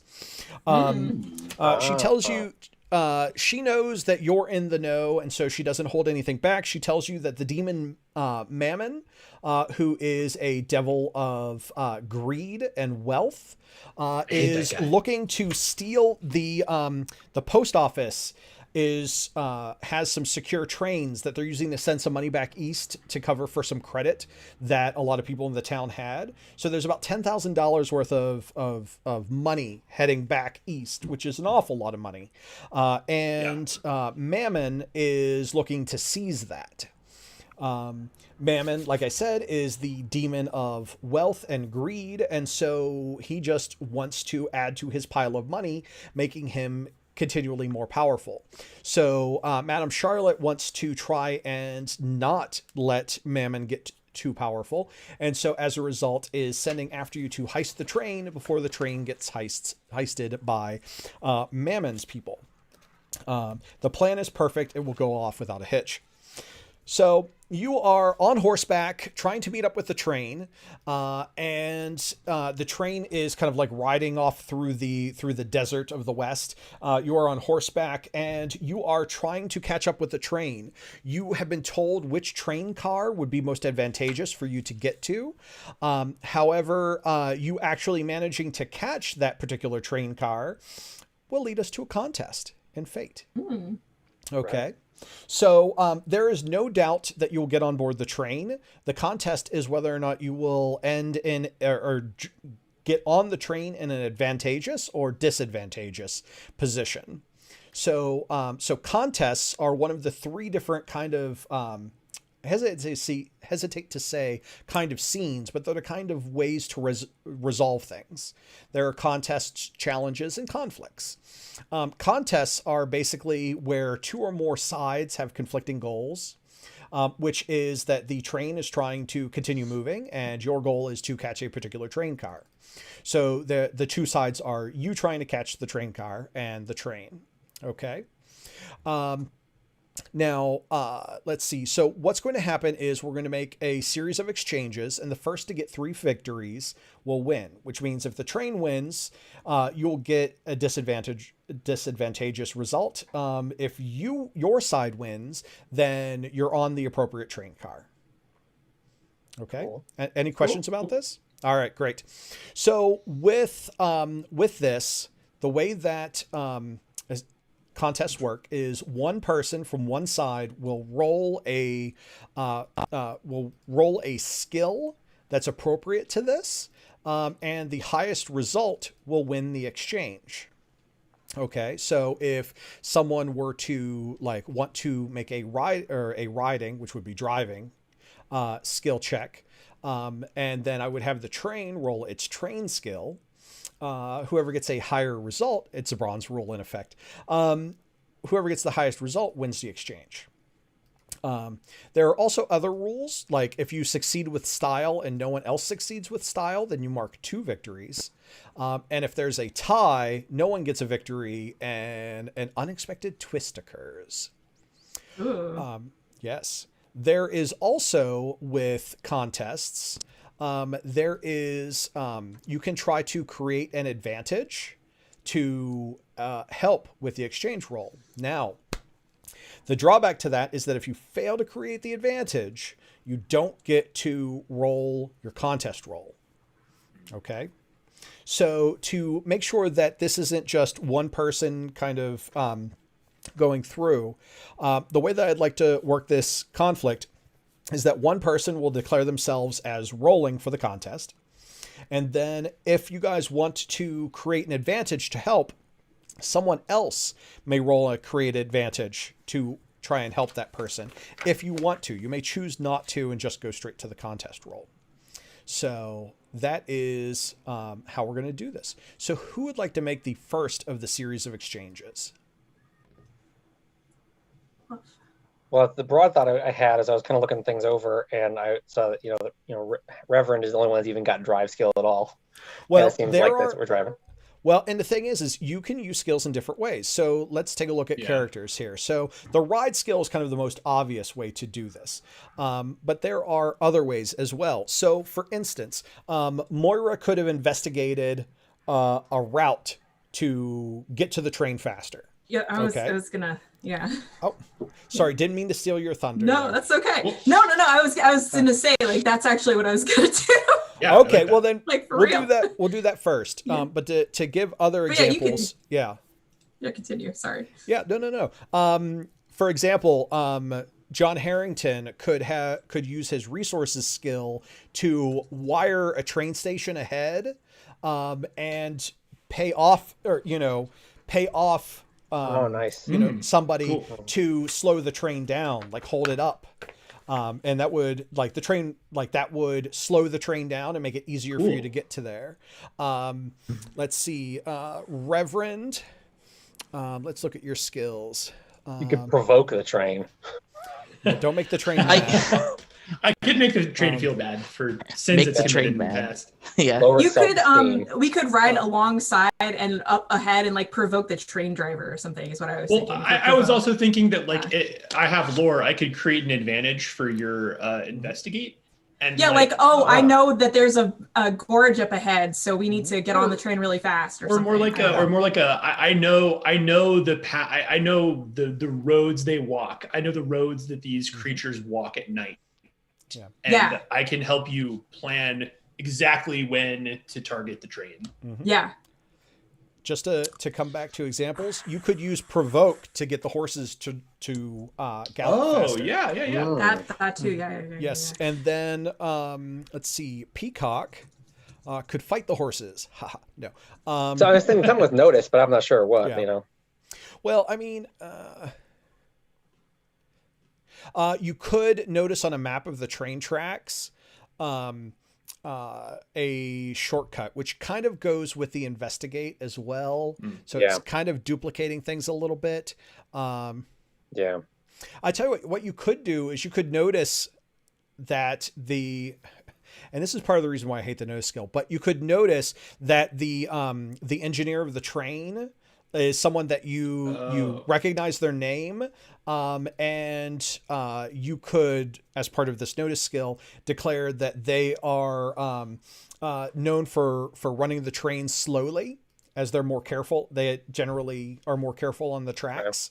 Yeah, that's cool. So or maybe you could notice that one of the brakes on one of the wheels is loose, and create an opportunity for someone to shoot it or lasso it or trip it somehow. So one brake slams on a wheel and the whole train slows down a little bit. Yeah. Cool. Yeah. That's kind of how I, in my mind, separate these two different skills. I know they're called different things and all different, but it's usually two separate skills. And notice to me is you're happening to notice all these different things that are going on while you're doing something else. Yeah. Investigate is you have stopped and you are purposefully, you know, like LA Noire, like you're turning over the object or you know, whatever. You've fully dedicated to searching. I have a +2 in investigate yeah. because I'm a character who's gonna like solve problems and do research and study something, but I have 0 notice because like when it comes to in the moment, I'm just like guns, scriptures, like. You're reading your Bible and something else is going on in the background. You don't even know. You don't even know. There's got to be a person here somewhere that would help me. Well, my guns shoot themselves, like whipping my hands around. All right, so. Yeah. All right, so I think it'd be. Oh, go ahead. Amelia? Maybe Amelia, do you want to go first, and I'll create an advantage for you for. Yes, I was going to say yes. I don't fully know how this works, but I am okay with doing that. So we're riding along. And Moira is going to just take a look up and down the train. Like, what are some things that could be advantageous of us to take advantage of? I know I just said the same thing twice, but you know what I mean? Like, is there a brake that we could shoot so that it starts going slower? Is there a door that's slightly ajar? You see that you could, let's see. There's a couple of different things that you could see. I tell you what, why don't we go ahead and you're trying to notice something to slow down the train? And would this be you creating an advantage or creating an opportunity? I'm not sure what that would, like how that works exactly. It would be, I think, creating an opportunity or realizing an opportunity that we could take advantage of. To me, anyway. Okay, so then that sounds like you're creating advantage and then someone will take advantage of that advantage. So I could like shoot something if we can find maybe just like some loose part of the train, like a lock on a door that would swing open and that we can slow the get train inside down. Or okay. All right. Cool. And then what the shoot roll would be like the first roll in the contest? Is that the idea? Yeah. All right, great. Amelia, go ahead and roll notice. I'm going to set the difficulty for this at 2. So in the dice channel in Discord, you can roll dice with either of the fate bots. So you got a 4. Oh no, you got a 7. I have +4 for notice. Epic. Very nice. So you have succeeded with style on that. And what you have noticed is, and I'm going to put this as an aspect on the Trello board, loose coal bin. And loose coal bin is going to have 2 free invokes on it. So I use the colored labels in Trello to indicate free invokes. So for instance, loose coal bin has a green and a yellow label on it. Does everyone see those? Yep. Mm-hmm. Okay, great. That indicates that it's got 2 free invokes on it. So because you succeeded by 3 or more, you succeeded with style, which means you got 2 free invokes on that. So you see that there is a loose coal bin that if someone were to shoot it in the right place, a lot of the coal would spill out, forcing the train to like slow down to have to deal with that issue. So who is going to do the shooting for that? I think I'll take it. The rep would be it, yeah. All right. This is going to be kind of a tight shot. I'm going to set the difficulty for this at a 3. Okay. I look at my 2 6 guns in my hand, kind of weigh them and say, this is more of a prayer situation, I think. And I do a little and put my arm on the horse's neck and take the shot. All right. And I have a +3 to shoot, I believe. Your shoot is +3. That is correct. So do I, so with these free invokes, is that something that I would want to take advantage of right now to get, how do free invokes work? That's a great question. So the way that free invokes work or invoking aspects is you do it after the roll. You don't have to do it before. So it's all done like aspects and spending fate points are sort of like almost like gambling because so you're at a 3 difficulty. You're going to have whatever roll that you make. And then I can choose to spend fate points because I have 4 fate points in this scene to spend. And I can choose to, exactly. I can be like, all right, no, that difficulty goes up to a 5 because I'm spending a fate point on it's a giant train. Interesting. Okay. So go ahead and make your roll and then let's see where we end up because at 3 difficulty with a I was going to say a 3 difficulty with a 3 skill isn't bad, but Ooh. Yeah. you got a 1.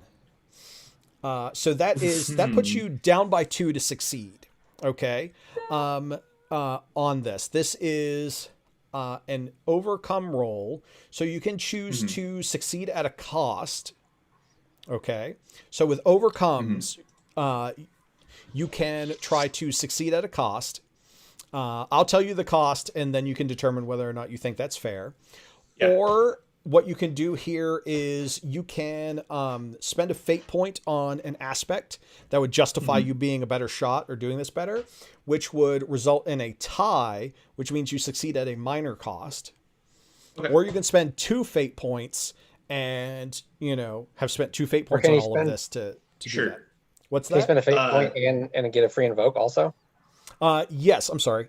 You can also use the free invokes on Loose Colbin. So, like, if you use those 2 free invokes on that would take you up to from 1 to a 5, which is 2 higher than what you needed to for the Colbin. And how many fate points do we each have right now? What do we start with? You're going to start with 3 fate points each. Cool. And this let's hear the. Oh, good. Hold on. This isn't an overcome roll. This is an exchange. So I have to roll for the train. So you've just got to beat the train. So the train skill is a +2, and I got a 1, which means that right now we're tied. So if you spend those 2 free invokes, you will succeed with style and get your side 2 victories towards getting on the train. Okay. Let's, I guess, spend those free invokes. Right, because they're probably not going to be useful later, I would think. Yeah. All right. Cool. Yeah, let's spend Great. All right. So your side now has 2 free invokes on this to catch up with the train. Who is going to roll for the next exchange, and is anyone going to set up an aspect to help? So I think I'm going to set up an aspect to help. What I'm going to do is I'm going to actually use deceive. What I'm going to do is I have taken a scarecrow, basically, stuffed him full of, hay, and put clothes on him. So I'm going to throw a decoy onto the train tracks. Oh, that's cool. Oh, yes. That's evil. I like it. Yes. That is the John Harrington way to do it. And I Slightly Stranger. Whiplash style, just tied to the track. Oldest trick in the book. Oh, yep. man. So that's So I'm going to set the difficulty for this at a I'm going to set the difficulty for this at a 4, and I'm going to tell you why I'm setting it so high. Okay? Because we have a sort of speeding train that's going through the desert that a random person appears on the tracks out of nowhere for the train. Okay? That part is easy. The reaction from the engineer is not going to be great. So the reason that it's so high is, does the engineer pull the brake on the train so hard that the train is going to end up jumping the tracks and derailing? Okay. So we're trying to... Or do they even notice the person? Well, I mean... yeah, it could be that they just go oh, well, there it goes. I mean, wouldn't that could be the first time. Yeah. I've seen a silent film or two. Sorry, buddy. Yeah, so that's why Shouldn't have trusted that guy with the big mustache. Yeah. All right, Oh, so man. Dylan, go ahead and make your roll against a difficulty of 4. Okay. No. No. Wait a minute. No, Dylan, your results is a 0, but for some Oh, it didn't add. There's just space. Okay, that's Yeah. why. Yeah. So should I Okay, just so- re-roll, or do we No, just? you got a You 4. just- 4. You got a 4. 4. Well, yeah, no. Hold on to that 4. That is success. Wait, at a- It would be wouldn't he 5. have a 5, right? Yeah. Yeah. He's No. plus Plus, 4. Oh, yeah, yeah, average plus okay. 1 result. Yeah, Sorry, so it's five. He just 5. didn't do it for some reason. yeah, that Yeah, is- it was this. Yeah. All right. It's strange. All right, I'm going to say there is a stopped train aspect now Ooh. on the scene, and I'm going to get rid of Loose Colbin because I'm going to say that as a result of the train stopping, they slowed it down to make sure that they could catch as much as they could, but then because it stopped, they're securing the Colbin. So that has... Would there also be just coal everywhere on the ground? There certainly could be. Okay. So I'm not going to put it down as an aspect Sure. because we've just got this exchange. But if we need it to be a thing, we can totally turn it into a thing. It's sort of like whenever you describe a scene in Fate, there are some aspects that make it obvious. Like if you're in a dark and wet cavern, obviously it's a dark and wet cavern. That would be the aspect. But maybe there are other aspects that go with the description. Like maybe it's a rough cavern. Like I say, it's a rough-hewn cavern. But I don't write that down as an aspect. Yeah, or I don't write it down as an aspect, but I describe it that way. If it needs to be an aspect that you want to take advantage of, we can say like, okay, that aspect was on the scene. Okay. That's not creating advantage. That's just saying that there was this aspect on the scene that we didn't formally write up. All That's right, one of the most elegant things I really like about Fate is just how versatile that is. Because it's just basically just saying what makes sense here. The other games try so hard to write down in mechanical ways that just Fate says, hey, this makes sense here. Just do this. It's like instead of the narrative and the rules like fighting for dominance. Yeah, they're just like the narrative is so the rules, cohesive. man. Yeah. All right, great. So who is making this next exchange to try and get a good position on the train? It's been set up by good old John Harrington. Sure. Maybe like a fight action to just like charge in, not that it stopped, just like. I mean, Do we want to make sure we have the right train first?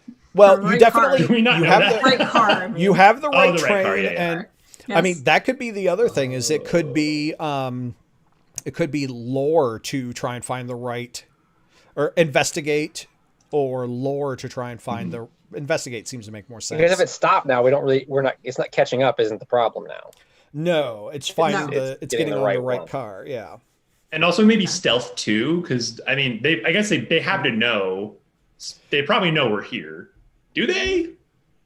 Maybe not. I don't think so. Okay. So stealth is relevant at least. If we approach stealthily, would that kind of maybe create just narratively a good advantage for us for the next kind of scene? Or like provoke could create a distraction to let us all get on without getting caught. Yeah. Yeah, I was gonna say Moira is either gonna be looking for the correct car or helping approach stealthily. I was gonna roll next if that's okay. Which do we want to do is the question. Yeah. I think probably finding the car first. Yeah. So I'm gonna roll investigate.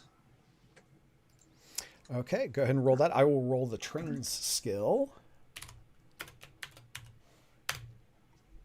Damn. Yeah. Oh, mediocre. Oh no. Gosh. The train sucks at being a train. It's just not feeling it today. I mean, It's really down on itself from being all I stopped. don't want to be a train anymore. What's It's out the of point even steam. being a train if you're not moving. All right. So yes. So that 6th result is another success with style, which means that you have 4 victories and you've gone beyond the 3 victories that you needed for the contest. So congratulations. You have managed to find the appropriate place to get on board the train. I'm presuming that you kind of like send your horses off into the brush and climb aboard the train. Indeed. For sure. Really quick, Yes. so people came out of the train, right? Like engineers and stuff. Yes. Did they appear normal? Did they seem just good like question. normal people or? This is a good question. That's Yeah. great. So why don't we go ahead and roll notices. Everyone can roll a notice. Ooh. I don't think I have any notice. If you don't We roll just it do plus Fate 0. and plus our. Okay. Yeah. If you don't have it ranked, it's plus 0. So let's see. Oh yeah. Okay. Did it fine. All right. Amelia, Zach. Also, just more generally, what can you tell us about like how long is the train? Like, what do we know about it based just on the given intel? I guess. Sure. Part of that you can tell me. Like this is this is a train car headed east. A fair number of the train cars, at least half, are dedicated to the post office shipping mail back. One of the cars has the money in it, and presumably other money as well, as it's probably an armored train car, and they're making their way back east. There's probably going to be plenty of guards and locks in between you and the getting all of this money to prevent Mammon from getting this money. So that's generally what you know. You guys tell me about the rest of the train cars. Like, are they passenger cars? Are they cargo? Are they livestock? All?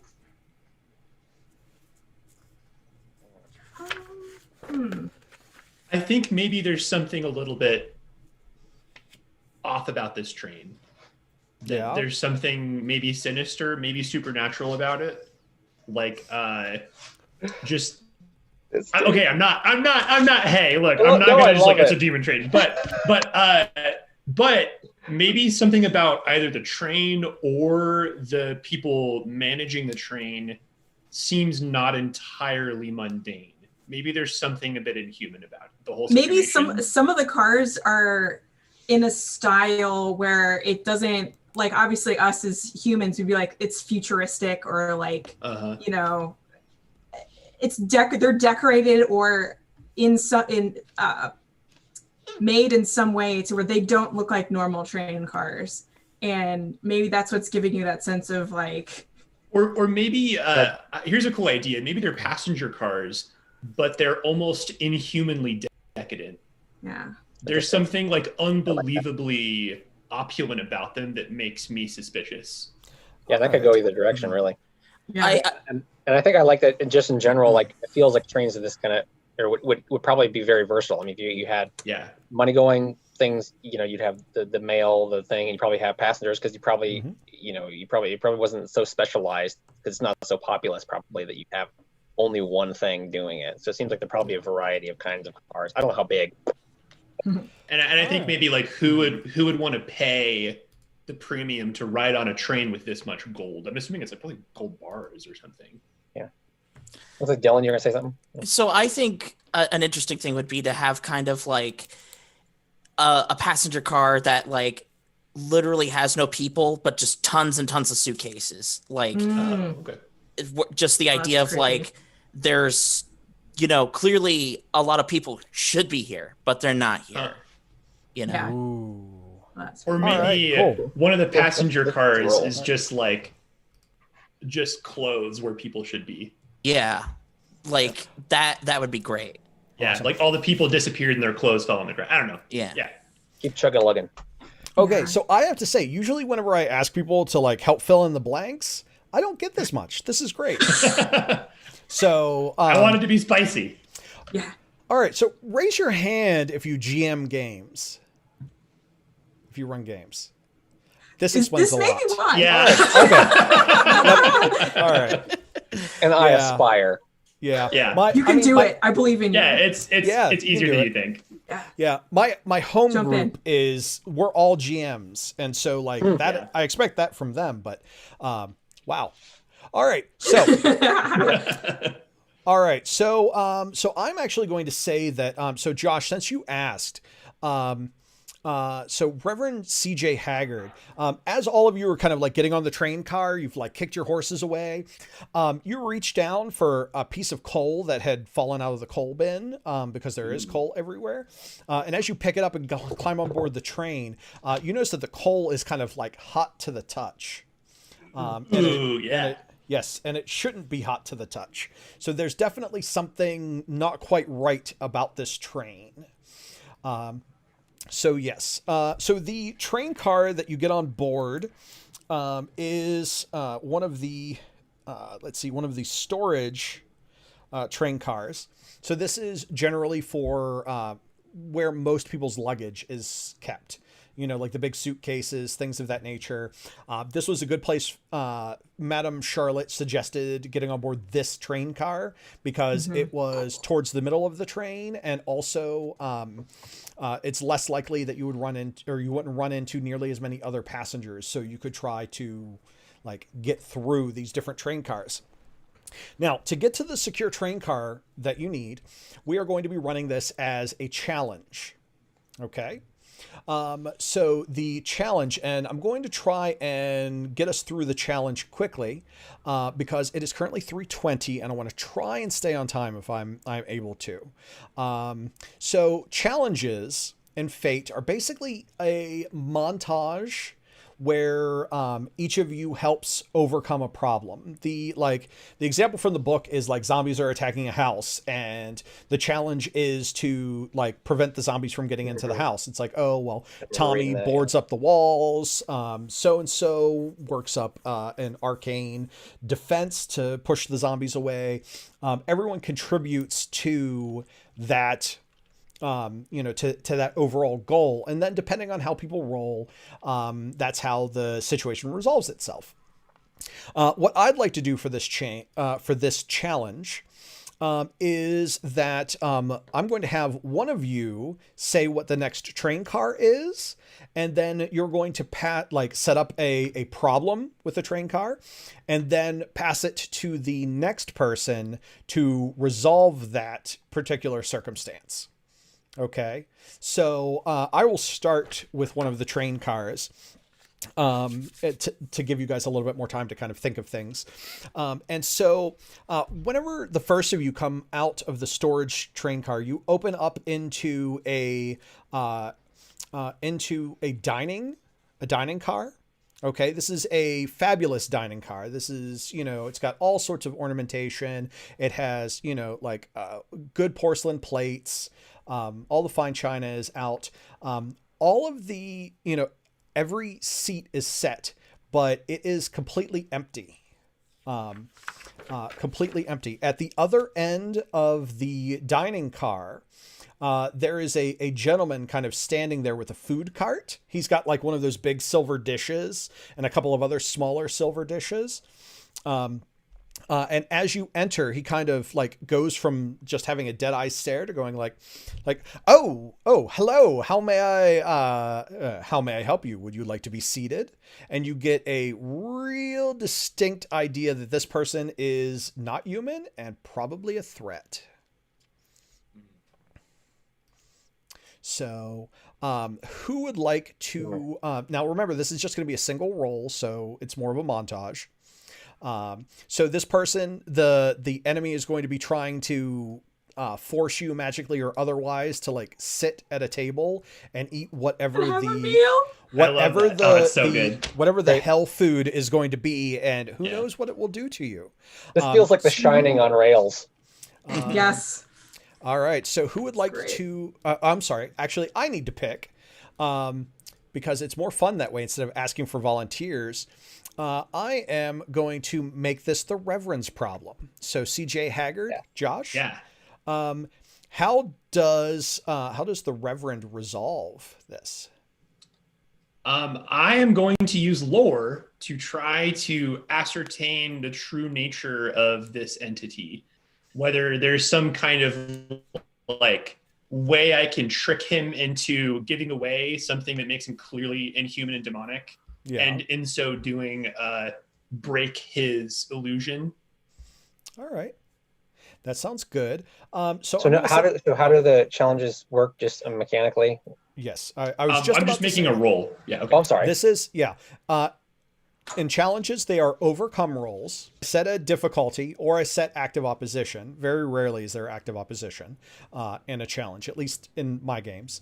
I'm setting the difficulty in this instance to 3 for your lore to try and uncover this bellhop waiter, to try and get them to reveal themselves and thus spoil the effect. So go ahead and make your lore roll. Yeah.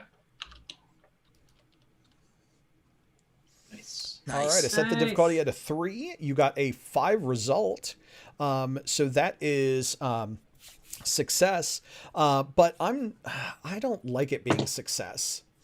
Well, maybe my guns start twitching. Well, it's not enough to, I don't know. Yeah, so you're trying to figure out what is going on with this. And I'm going to say that like because everybody's trying to like fit in and not be like, because this waiter is blocking the way with the dining cart. Everyone's going to be like trying to sit down to try to accommodate what's going on. Everyone knows it's weird, but there's no obvious threat yet. So I'm spending a fate point on the aspect on the scene at no obvious threat. I just have a quick question. Yes. Just I don't want to bog it down by actually doing it, but for future reference, can you create advantages and challenges? That's a great question. I generally don't. Okay. You know what? I'm going to have to advantages. You can try to create advantage during a challenge to help yourself or someone else. It doesn't count towards completing the challenge goals, but failing could create a cost or a problem that negatively impacts something. So yes, you can create advantages in a challenge. For this challenge, I'm going to ask that no one do that just so that we can keep moving. Dylan, you're muted. Oh no, I don't hear anyone. What's going on? Oh.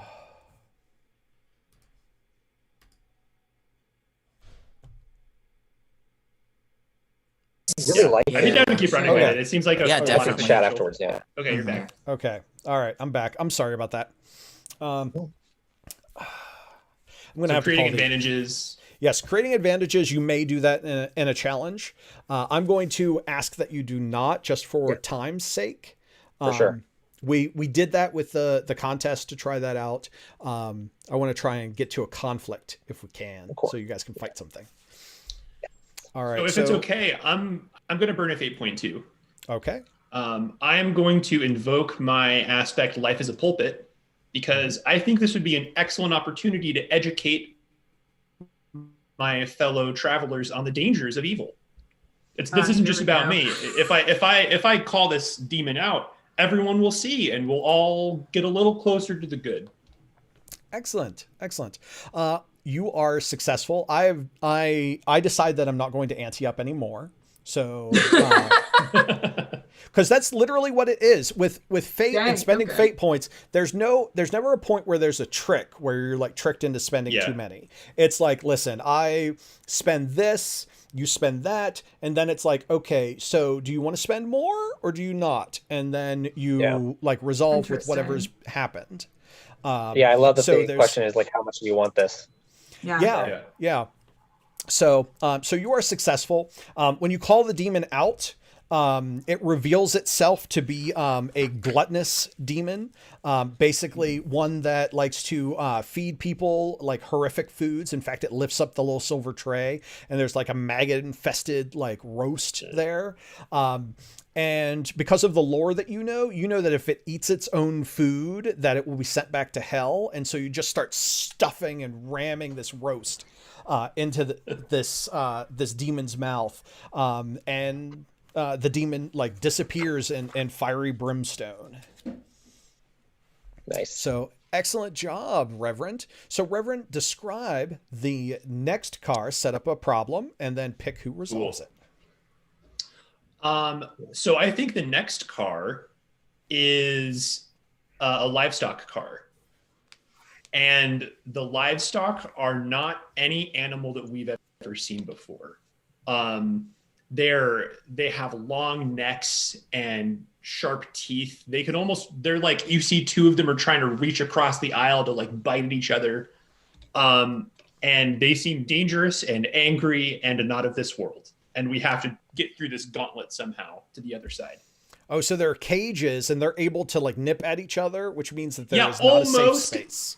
Basically, it's a normal cattle 2-aisle sort of livestock cart, but they've put these abominations in it, and it's like barely far enough away to keep them from ripping each other apart. Yeah, which means that they will rip you apart as you pass through. Absolutely, yes. That is someone else's problem. Awesome. Whose problem is it? Do I have to choose? Yes. Okay, let's see. And when you make your choice, you can choose the obvious answer, which is someone who would be really good at solving this, or you could choose someone who wouldn't be obvious to solve it either. I think I want to choose Herbert Hessenwing. I want Peacock to take a crack at this. Oh God. Yeah, well, not punching these things. Okay, let me think. And please feel free to jump in with ideas, because I think this would be a pretty typical use case for fight. You know, you could just brute force your way past them. And so hold on. The idea is that they're in the case like kind of lined on the sides. Yeah. Yeah. Okay. I mean, I guess I could try that way. It seems weird to like punch a bull in the face, but or a hell bull or whatever. I'm thinking almost like some kind of hellish carnivorous giraffe, but smaller. Oh God. Miniature demon giraffes. Yeah. Miniature demon giraffe. Okay. Maybe their wool is worth a lot. I don't know. Okay. Well then, okay. If I'm looking for to doing it with fight, then I'd say with the cane, I kind of just to get some distance on. I don't want to like kind of knock them in the head with the metal on the cane. So I don't know how many there are, but kind of going through, just whacking them, I suppose, like that. So all right. All right. I'm going to set the difficulty for this at a 3. All right. Okay.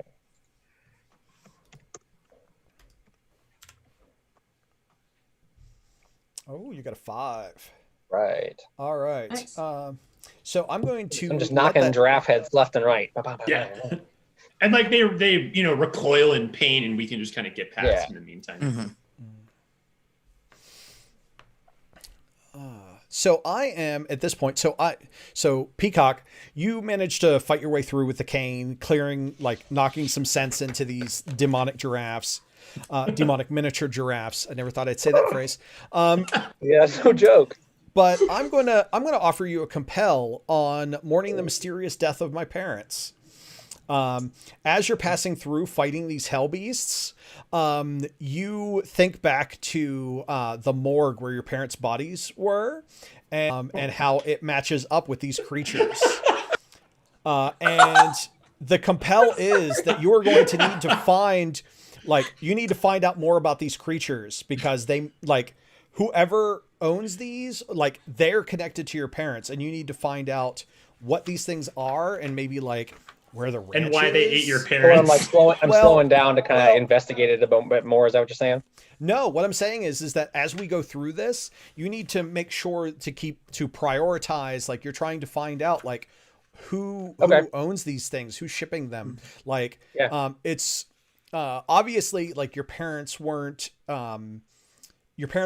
eaten by these wild beasts while they were just out in the woods. Somebody may have sicked them on them. So this is a clue to your parents' mysterious death. I dig it. I'll take that.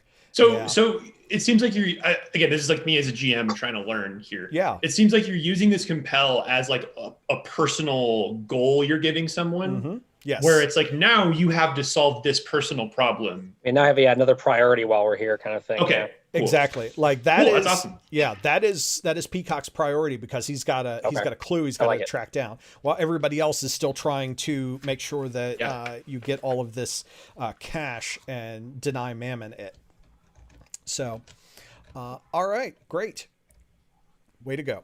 All right, so Zach, you get to set up the next train car, and then pick who gets to take care of that. Okay. Well, I'll say I liked what Josh had said earlier about the potentially empty train car full of oh no, I guess Dylan said that full of luggage, and that clearly shouldn't be there, and what might be in it is unknown, and I guess I'll say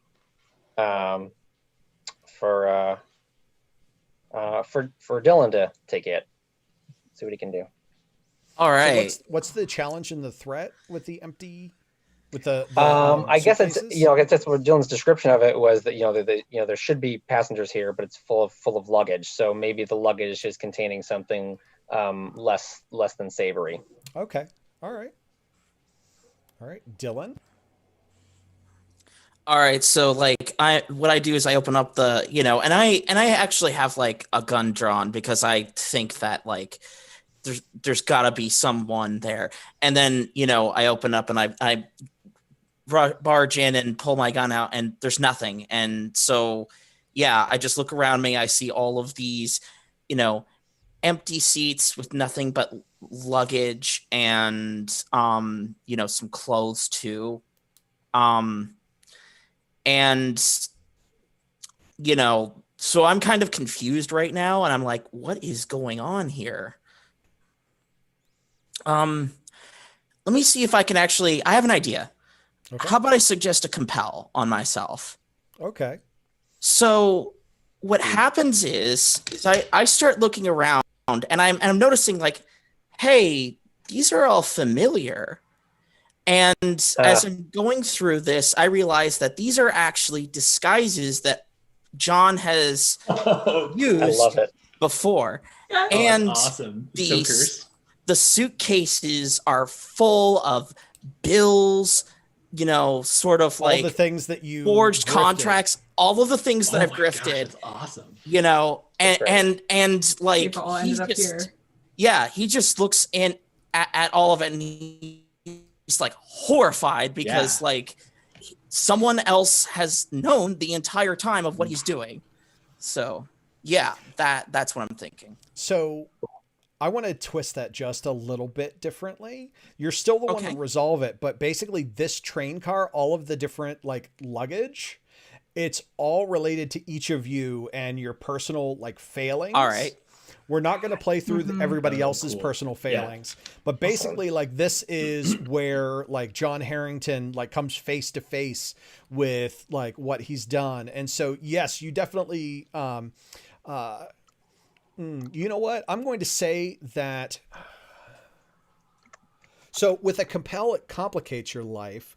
I'm trying to think of.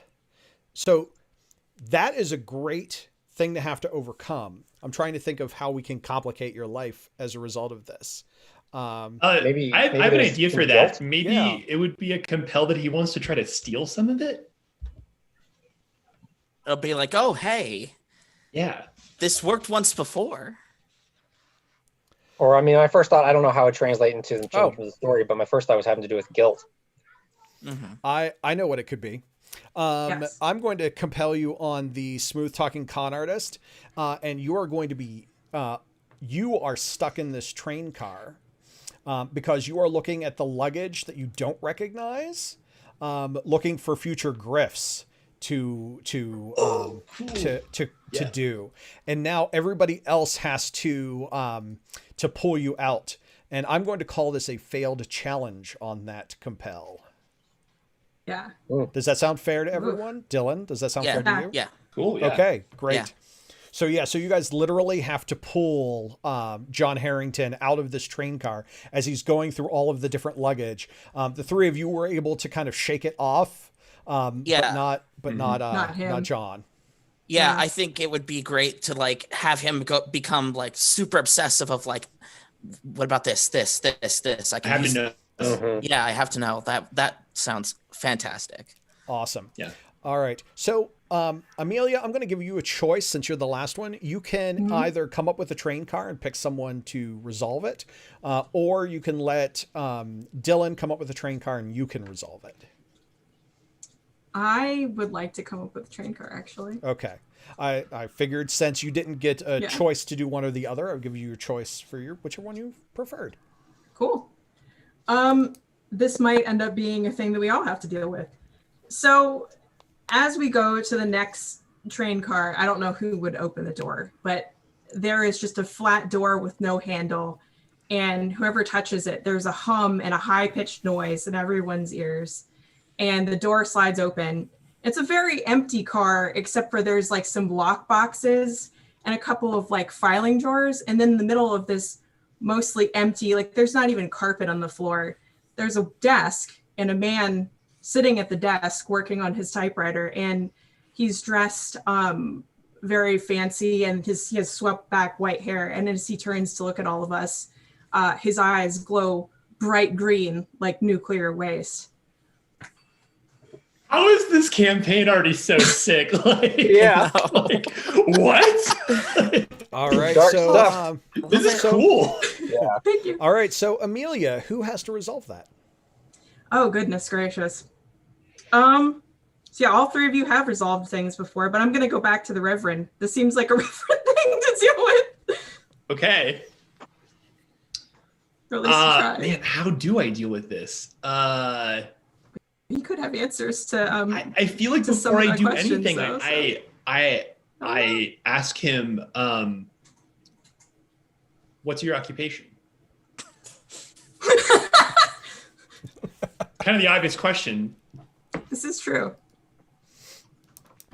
What was the question? I'm sorry, my son. I asked him, what's your occupation? And even, I'm Mr. Get these guys back to hell where they belong, but even I'm taken aback for a moment and just pulled out of my usual fire and brimstone. Just Like, gonna what are you double doing check that here? you're human. Yeah, like, what is this?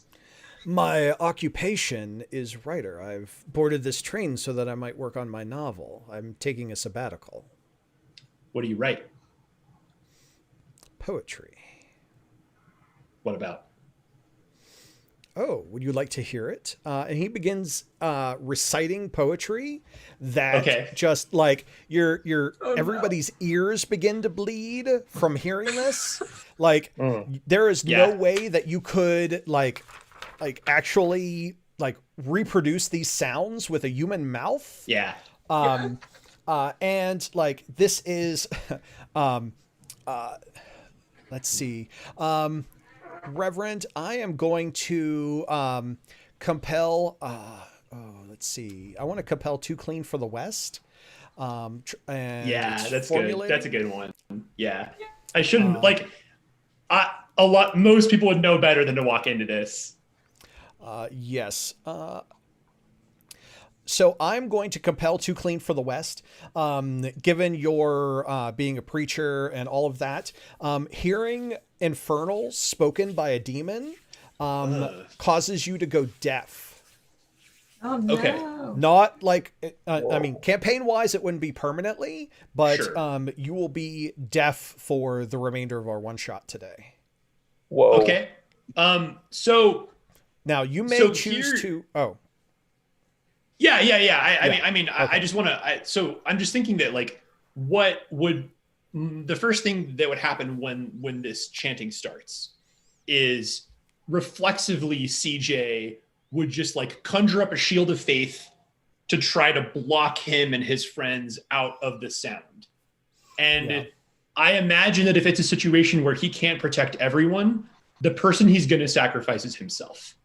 Aww. Okay. So you're going to try and overcome this particular room with lore, creating a shield to block from the language so that you guys can get by him and out of this train car. Is that assumption correct? Yeah, basically. Okay. So this is a supernatural attack. I would defend with lore, and I'm going to try to protect everyone else too. Sure. I'm going to set the difficulty for this at a 4. Okay. And obviously my compel will resolve the compel after you make your roll, because I still have that compel on the table because I think it's No, that sounds great. I like that. So it is and I have a +4 to lore. So oh well. All right, your result is a 4 and the difficulty is a 4. It's an overcome. That's a tie at a tie at a minor cost. I'm going to say that the minor cost, unless you want to spend a fate point, which I'm going to offer this minor cost and then you can decide. The minor cost is going to be that you're going to leave a few drops of blood from your ears behind that the demon will then have. That's good. Yeah, I'm taking that, obviously. That's awesome. Okay. Yeah. All right. Great. Now back to the I'm not here to make friends with demons. No. Well, I want them to know where to find me. Yeah. So Too Clean for the West, hearing infernal language for the first time, basically is going to blow out your ears. The compel is that you will be deaf for the remainder of the session. I'm going to say scene, but honestly, we're going through the train pretty quickly. Yeah. And we're about to move on to the next scene, and it's going to be the last one. So I want you to make sure you know that. So you can either gain a fate point or spend a fate point to buy it off. I'm taking it. This is good. All right, great. I'm going to add, let's see, I'm removing the train is stopped because the train has started moving a long time ago as you've been working your way through. I'm adding a scene aspect. It's not really a scene aspect. Def to, and I'm marking it as the Reverends. It does not have any free invokes on it. It is just a new truth. Would it make sense for that to be like a consequence for me? No. Okay. No, it was, so... Good question about consequences. So at the bottom of the columns that you have there, there's mild, moderate, and severe. And we'll talk about taking stress and whatnot because we're coming up on a conflict. Surprise. Ooh, spoiler. But a consequence, taking a consequence versus getting a negative aspect. A consequence can specifically absorb stress. So when you're in a conflict, a consequence will absorb stress. A regular aspect will not. So if I put that in one of your consequence slots, that would make it an even steeper compel because suddenly you are not able to resist things as well. Okay. Or resist stress as well. All right, great. So you guys have made it through all of the train cars, and you get to a train car that is basically like pure steel, like giant, like bolts, like big thick plating. This is obviously the train car that you need. As you approach, you feel a heat coming off of the train car. There should not be a heat coming off of this train car as it is transporting gold and cash. So obviously something strange is at work here. It is locked. There is a giant padlock that will need to be taken care of before you can even try to enter this place. Now, you can try to crack the lock, or you can try a variety of other ways to get into this train car. Please don't think that I'm trying to force you to use a specific skill. But this is the situation you find yourself in.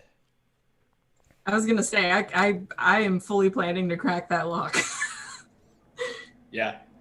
I'm gonna give it a go anyway. What's the layout? Is it one of these things where like it's just all internal, like we're going like it's got It's one train car to the next. Okay. All right. Yeah. Okay. So I'm gonna roll burglary, I guess.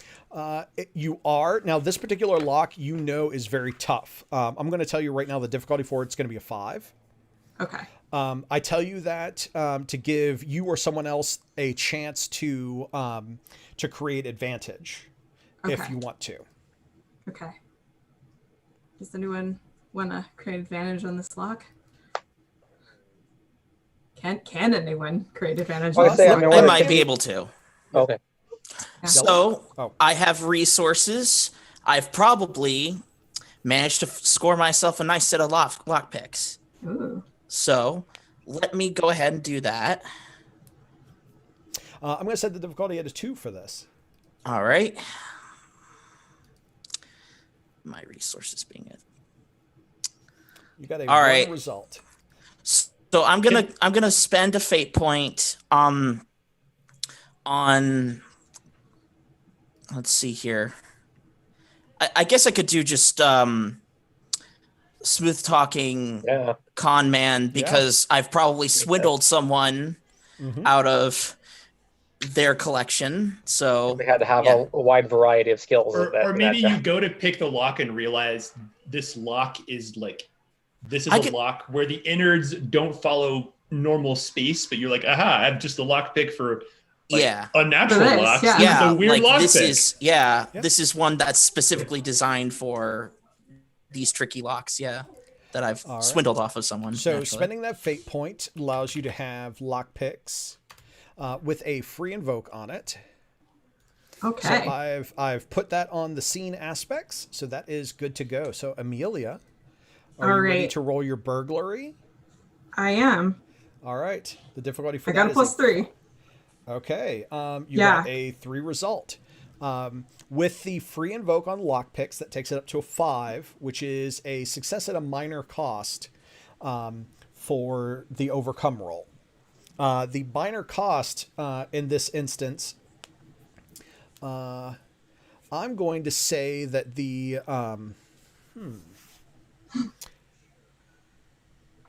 Minor cost. I'm going to say that the lockpicks melt, but Oh. not.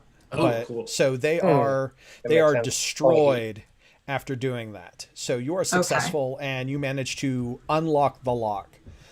You've not slid the door open yet, but it is unlocked. Good. And there is a Alrighty. melted puddle of lockpick on the floor. Just melted metal. So how are we going to get this hot door open? Who would win? It's a hot door. Four hardened Old West adventurers or one spicy door? Exactly. Well, I mean, you guys did survive the miniature demon giraffes. We did. Yeah. All right. So the idea is that the lock's off, but the door's still like raging hot, kind of thing. Well, Yeah. the door I think- is warm to the touch. Like there's a lot of heat coming Okay. off of it. Like you don't want to put your hand there too long, but like it doesn't like give you a burn like touching an open flame or a hot burner on a stove. Opening is not the problem. The problem No. is the lock. Okay. All right. Yeah, So then can we yeah. just open it then? Yes. The question is like who's opening it? Oh, God. The fact that you're asking makes me nervous. I am Because probably of not in those. front at this point. I've probably retreated to like second or third in line. Well, I'm going to. Moira's impulsive. She just opened the lock and is right there at the door. So Would that be an appropriate Oh. compel to just say that you yes. just like whip Yes. that door open? Yes. it's like I just opened the lock.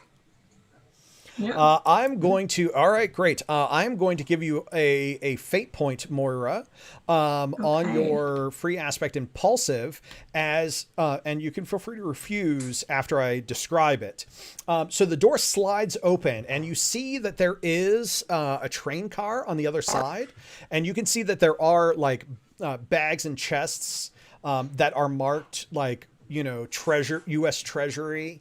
They've got like anyway, they've got bags of money and crates of money there, crates of gold and bags of money. But what you see, like the front of the, like where the opposite door should be, the wood splinters, and it opens up into like what can just be said like to be the heart of a volcano. You see like just lava pouring like down, deep down. And you see that there are all sorts of like small demonic creatures that are like carrying some of these like bags off the train, and just kind of like throwing them down into whatever this hell dimension is of like stone, like being inside the heart of a volcano. And that is obviously where like the heat is. there's like a sinkhole in the ground that's some kind of portal they've conjured, and they're stealing it Like from in the the car? inside. Yes. Okay. That's really it's as cool. if the Cool. train car was broken in half and replaced with this portal to this like hell dimension. Sweet. Oh my And God. so Moira, the impulsiveness of it is that when you open the door, it disrupts the air pressure between your world and this like portal car, and you end up getting like sucked in, tumbling, and you like roll off the edge, and bam, hit stone below, landing on bags of money. Okay. Oh. Wow. Are you good with that compel? I don't know. If she's fallen in, kind of thing, is the idea? Yeah, that's it. The question Okay. is, yeah, you can spend a fate point to say no, and you just open the door. I'm Or you gonna can- say no. Yeah, that seems Okay. pretty. I was just gonna Spend a say, fate point. also, Pretty. the Yeah. other way you could take it is if they're chucking things down in there. Maybe what we need we could say what we need could be down there. Yeah. Well. You could take advantage of being there. I don't know, just a thought. Do No. whatever Yeah, you that's want what I was here. thinking. But like that seems like a very steep price. So I'm gonna But have say you no. considered the fact that it's cool It is cool. It is very cool. Yes. All for right. your So, consideration? So at this point, it is 5 minutes of 4 o'clock, and we had originally agreed to end at 4. Are we okay with going an extra 30 minutes? Yeah. Yeah. Yeah. I mean, I am, but Yeah. Okay. That's fine. All right, great. Let's go an extra. I'm going to try and resolve this scene in 20 minutes so that we can do a wrap up. Okay. because I have to homeschool my daughter. So I want to make sure that I'm able to do that with plenty of time. So, all right. So this is the scene. We are now going to go into conflict mode, which is combat. Conflicts in Fate don't necessarily mean that they're physical altercations. It doesn't mean that you fight to the death. In fact, a conflict is basically just trying to take opponents out to get what you want. In this example, yes, it's going to be a physical conflict as you fight some things, but know that it doesn't have to. Absorbing stress. Whatever I make an attack roll and you make a defend roll, the difference, if it's positive, is the amount of stress that you take. So you absorb stress by either marking off the check boxes that are under the stress card for your character, or absorbing with mild, moderate, or severe consequences. Mild absorbs 2 stress, moderate absorbs 4 stress, and severe absorbs 6. So that means if I hit you for 4 points of stress, you may choose to take a moderate consequence, or take a mild consequence and check 2 stress boxes, or check 4 stress boxes. Stress boxes, at the end of a conflict, when you move to the next scene, they get unchecked. Consequences carry forward, the length of which varies by the severity of the consequence. You may at any time concede. If you concede, you get a fate point for conceding, and you get a fate point for every consequence you've taken in this scene or in this conflict. You are removed from the conflict, but you get a say in how you are removed from the conflict. If an opponent takes you out, meaning that you can't absorb any stress, then that means that the opponent decides how you get taken out. That could be anywhere from them simply stealing your stuff, through them killing you, through them filling up all of your mild, moderate, and severe consequences and leaving you for dead. All right. Any questions about that? All right. If you look at the Trello board, I'm going to add some opponents to this list, but in the first column, miscellaneous, the one with the Learn to Play Fate artwork, I've listed all of the characters above the line ready to go. Below that is done, pointing down. We're going to be using elective action order, okay, which basically is kind of choose and go, popcorn initiative, Balsera style initiative. There's lots of different names for it, but what it means is that one person gets to go and then they get to pick who goes next. And until everyone has had a turn, and then we start the next round. The person who is last may choose themselves to go first in the second round.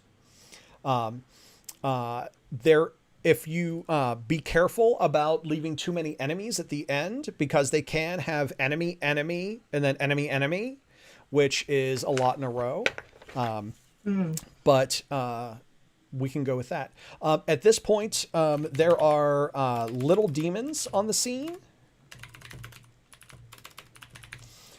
All right. And then there is a scary demon that you have not seen yet on the scene. Let me go ahead and add those to the initiative order.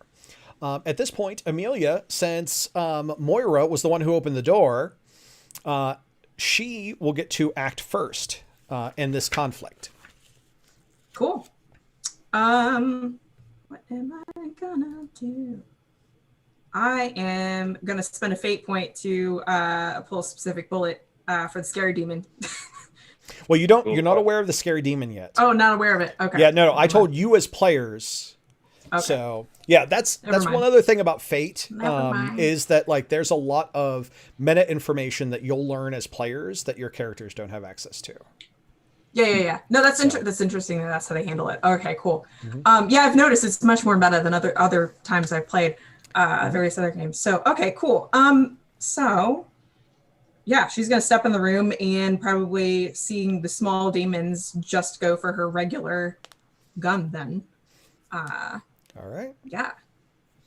All right. Go ahead and give it a shoot. Let's do the shoot.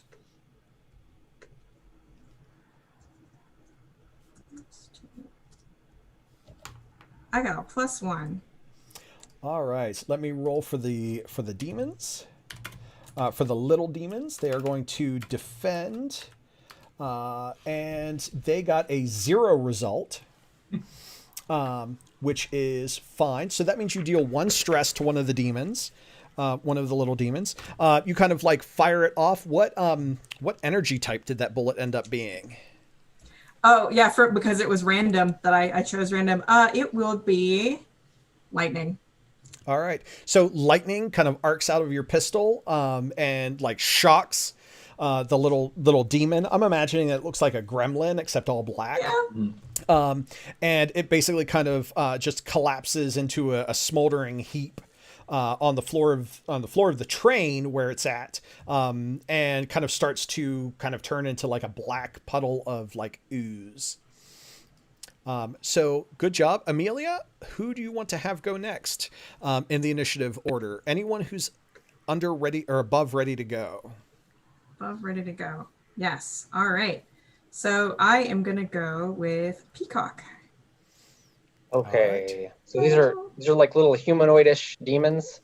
Little Yep. gremlin guys. Yep. Yeah. 2 legs, Okay. 2 arms, giant ears. Okay. Yes.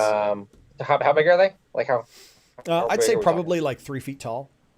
Oh, okay. Little, okay. Yeah, little they ones. I they guess, haven't. You've noticed that none of the crates of gold have moved or have been moved. They are working on all of the bags of cash because they're smaller and they're lighter. Okay. Well, I'm just gonna lean into what this guy can do to do well at first, at least. And I'll say little thing I'll say. He sees whatever one's closest to him, and kind of how do I do this? I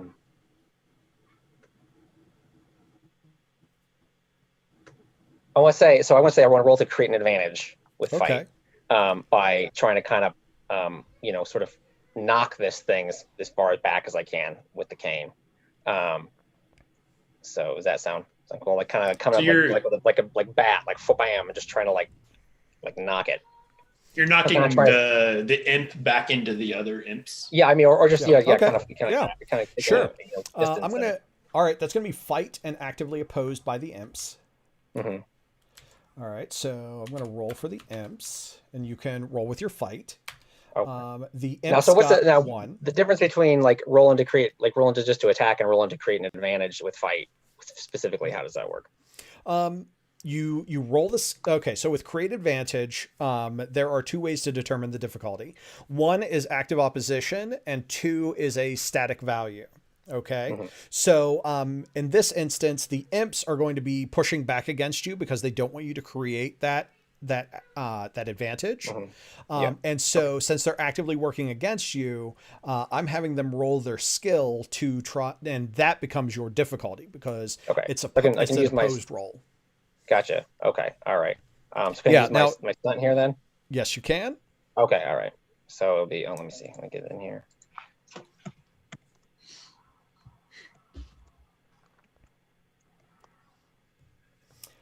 All right, 6 result against their 1. That is definitely a created advantage. Good Lord. Do we want to create the advantage bold over for the imps, or do you have Sounds some good. other kind of text? Okay. No, I kind of the general idea I had. Sort of. Yeah. That was the idea. Sure. And since that was an extraordinary success, or rather a success with style because you beat the difficulty by 3, it has 2 free invokes on it. Nice. Now, those free invokes, maybe you may share those invokes with other people at the table. So you can feel free to pass that around to make it as advantageous as possible. Yeah. All right. And Zach, you get to choose who goes next. All right. So we don't get end loaded. I'll say pass it to the demons.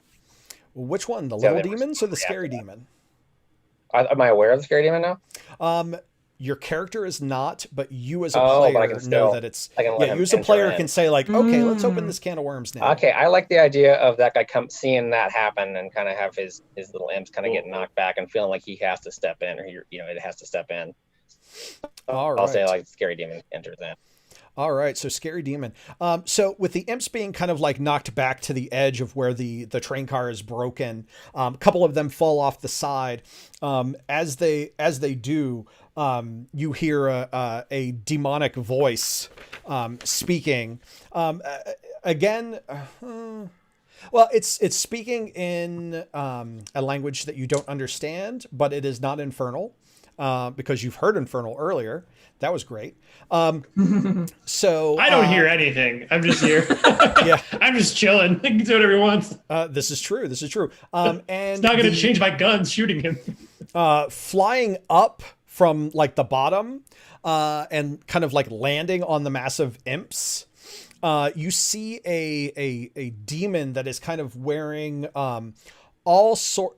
the demon itself has blackish red skin. Like, it's sinewy, it's got lots of veins, there are like horns sticking up everywhere, and you see that this particular demon also is wearing lots of like gold adornment. So like you see like several gold eye rings across its eyebrow, one of the nose rings, it's got like a bull-sized like gold nose ring, lots of gold chains, rings all over its fingers, bracelets.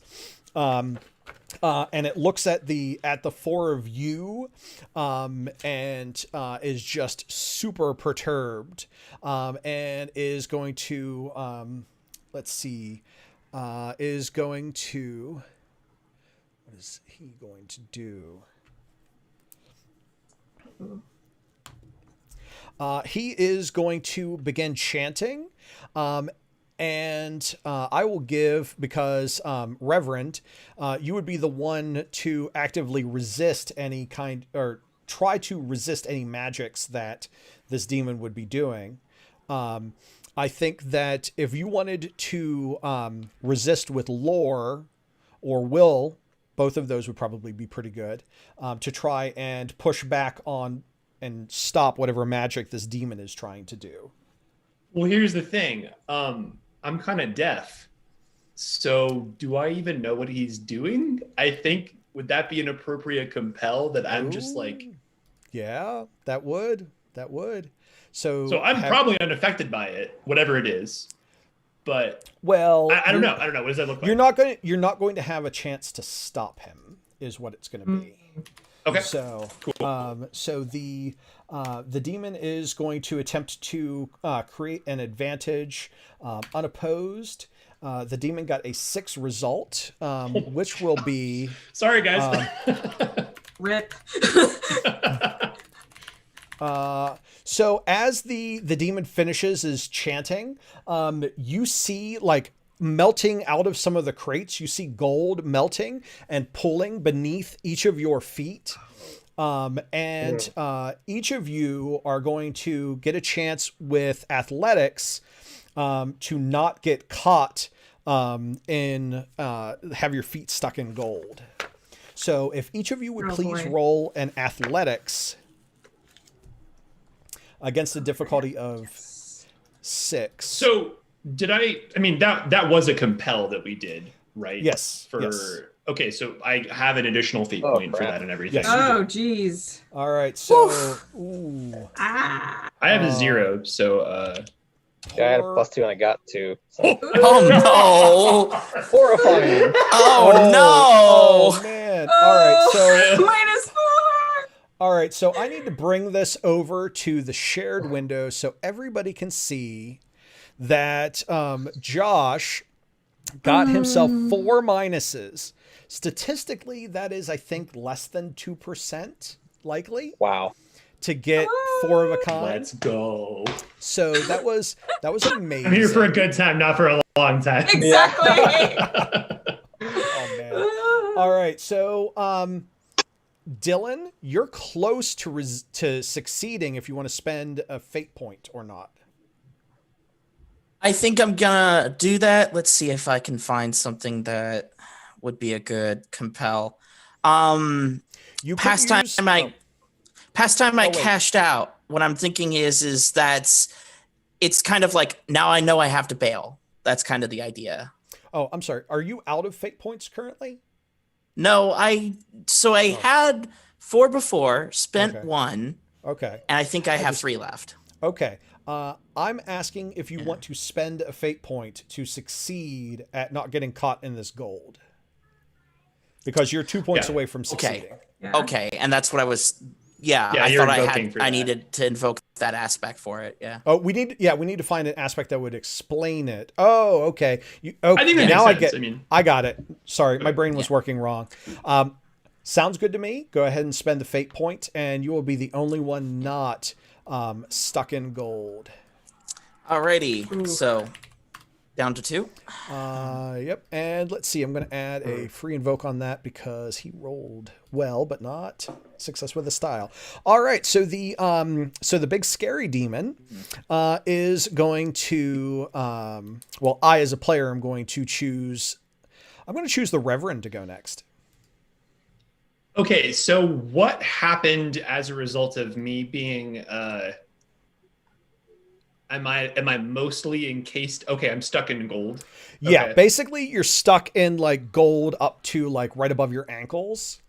So Okay. you can still do anything that you could do Sure. being stuck in gold like that, or you can try to overcome the gold itself. Honestly, with those rolls, I was expecting to be like literally a statue at this point. So that's fantastic for me.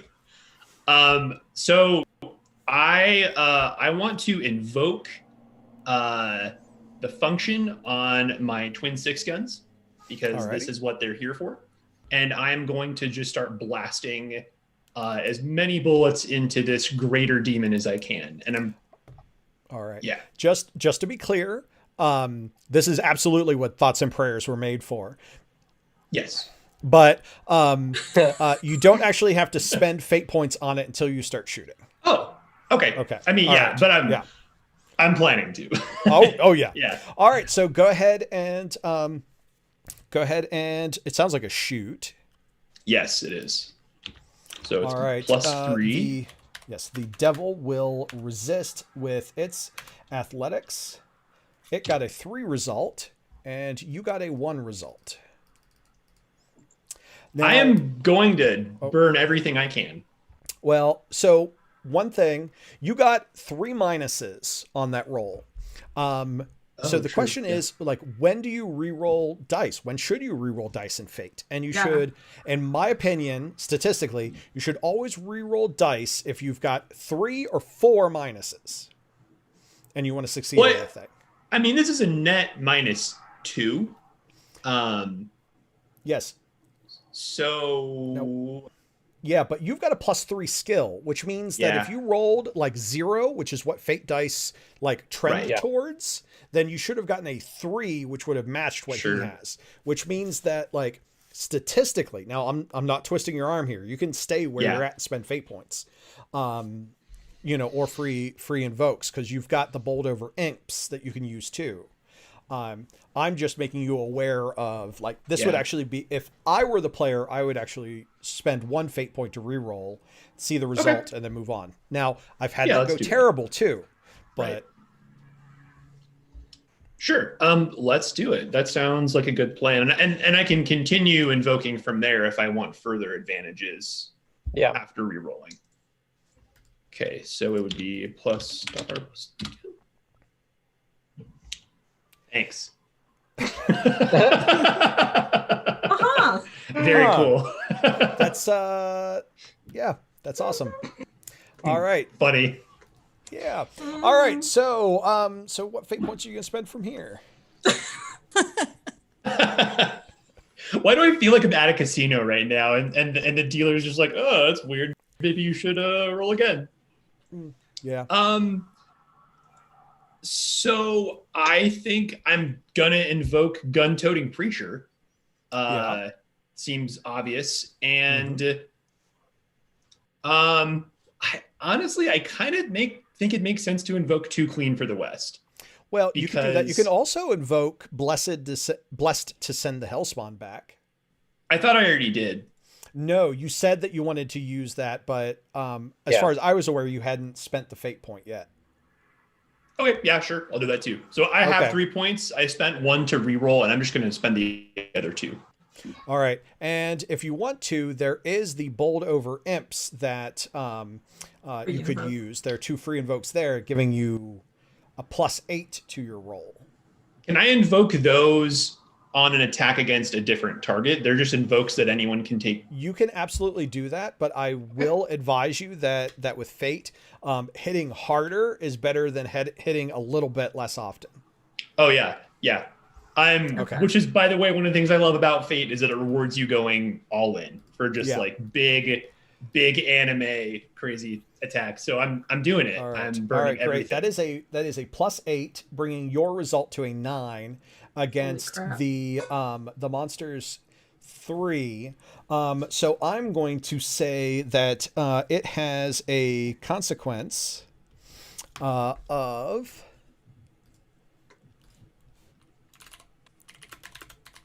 full of holy lead.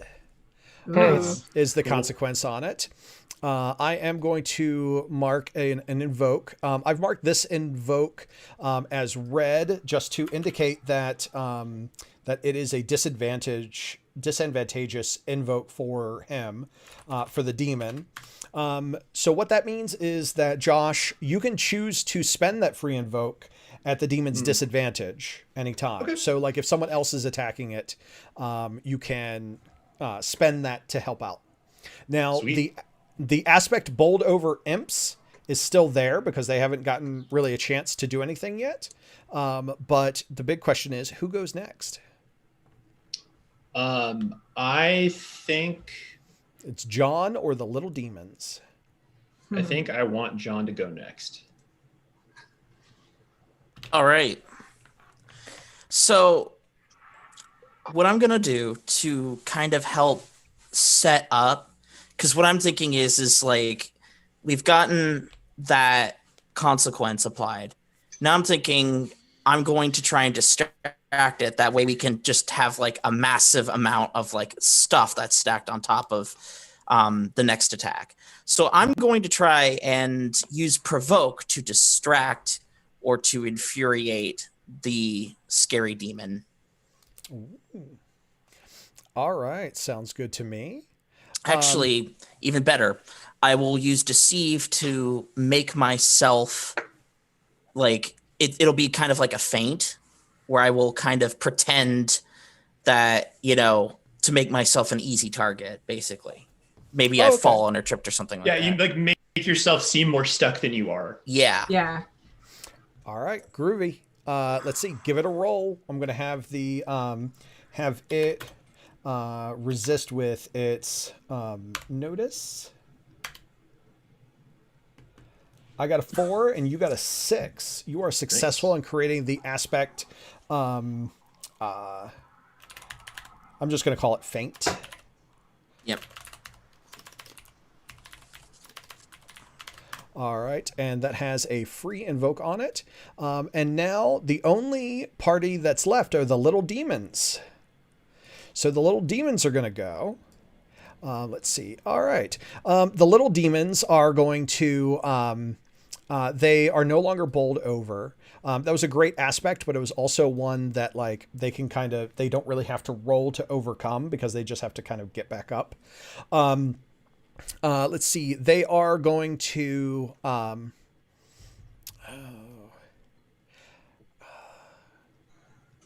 I know what they're going to do. They're going to start reaching into the bags of cash and they're going to try to make a cloud of money. They're going to try to create an advantage to make it harder for everybody to see everybody else. So they are throwing up bags of cash. Is anyone nearby to the little demons to try and resist that, to try and provide active opposition? What would that be kind of opposed with? Well, the question is, you could use physique to try and muscle the bags away from them, like as a defend. You could use athletics to try and like swat down their hands while they're pulling out the cash. That's what I was going to say, I think I'm next to them. I don't remember. I know. I think you are. I know Peacock is as well because he did a melee attack on them. Yeah. So Moira, Peacock, do either of you want to provide active opposition? I mean, I'm open to the thought I always have was using athletics to try to reach as best I can to kind of like clear that or snatch it out or clear it out of the way or whatever it might be. All right, Zach, go ahead and roll athletics for Peacock. It will be resisted, or rather, you're resisting what the imps are trying to do.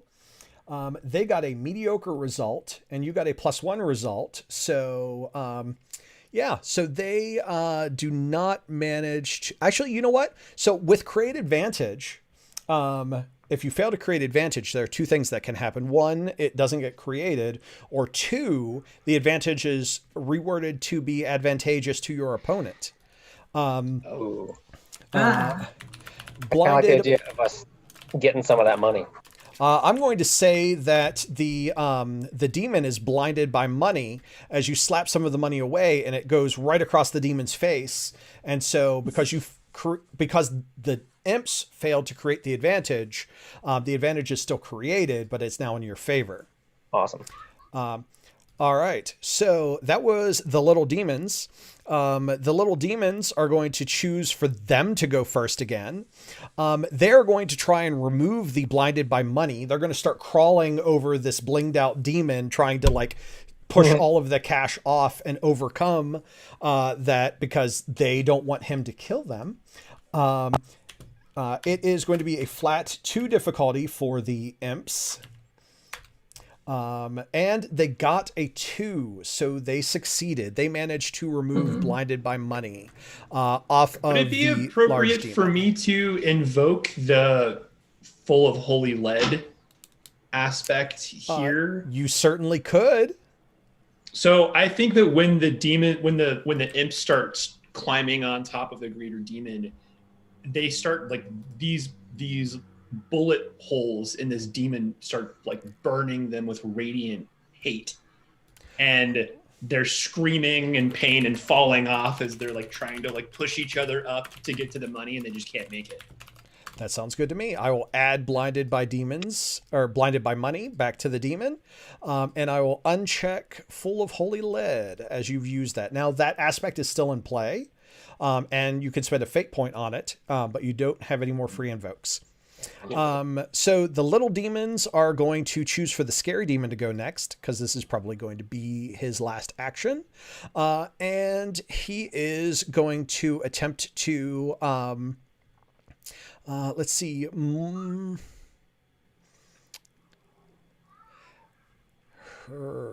going to make it Herbert. Or no, actually, I'm going to make it the Reverend, because the Reverend is the one who shot him full of holy lead.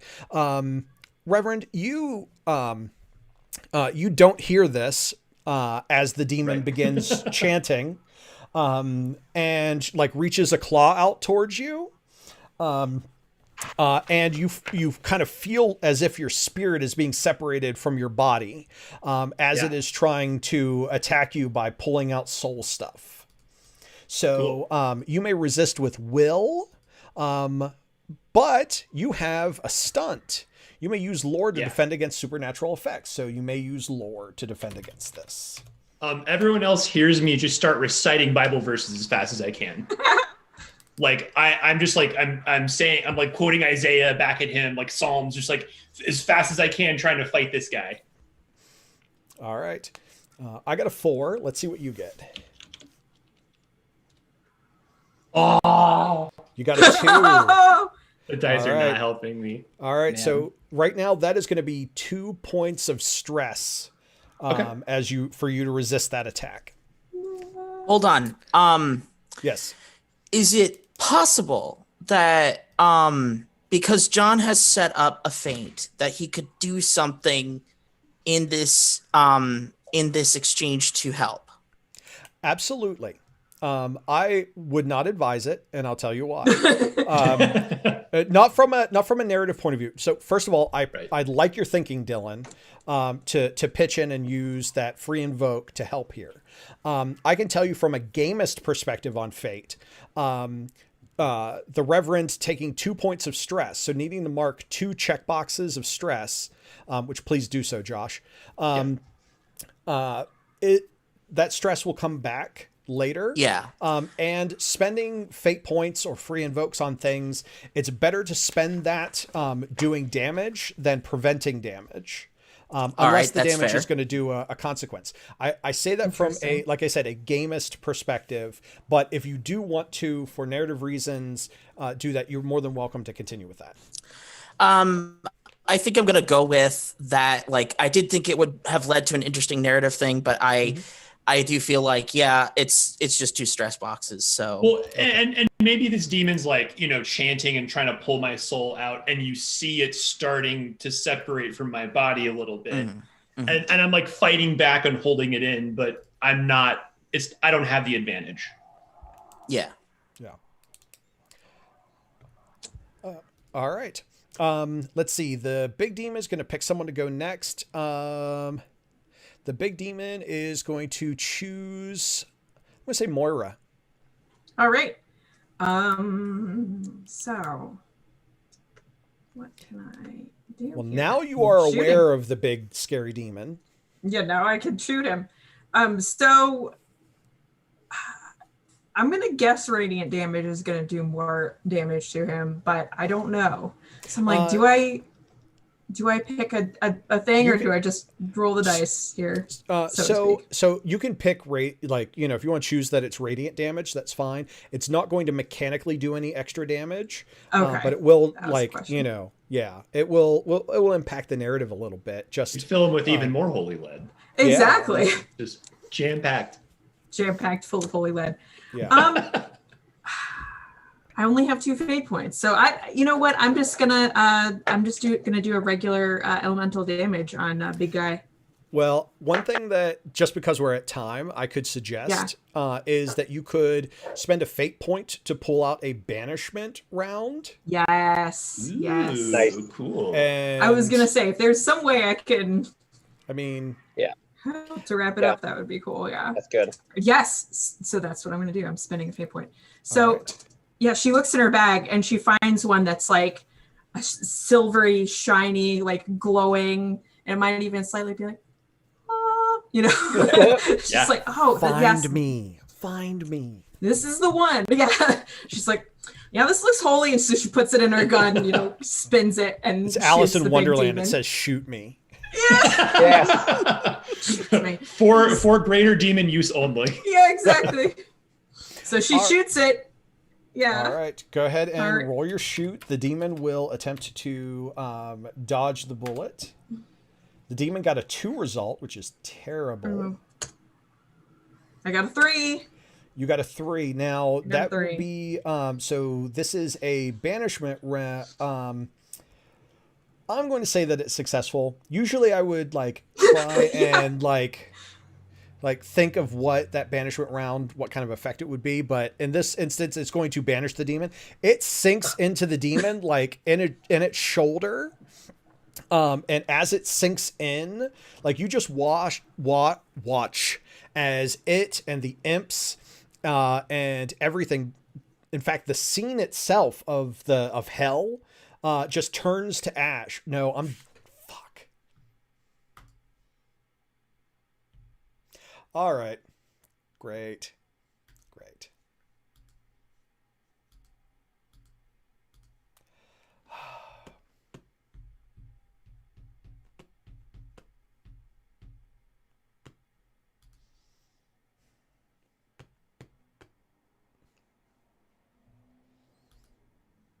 I can't believe this.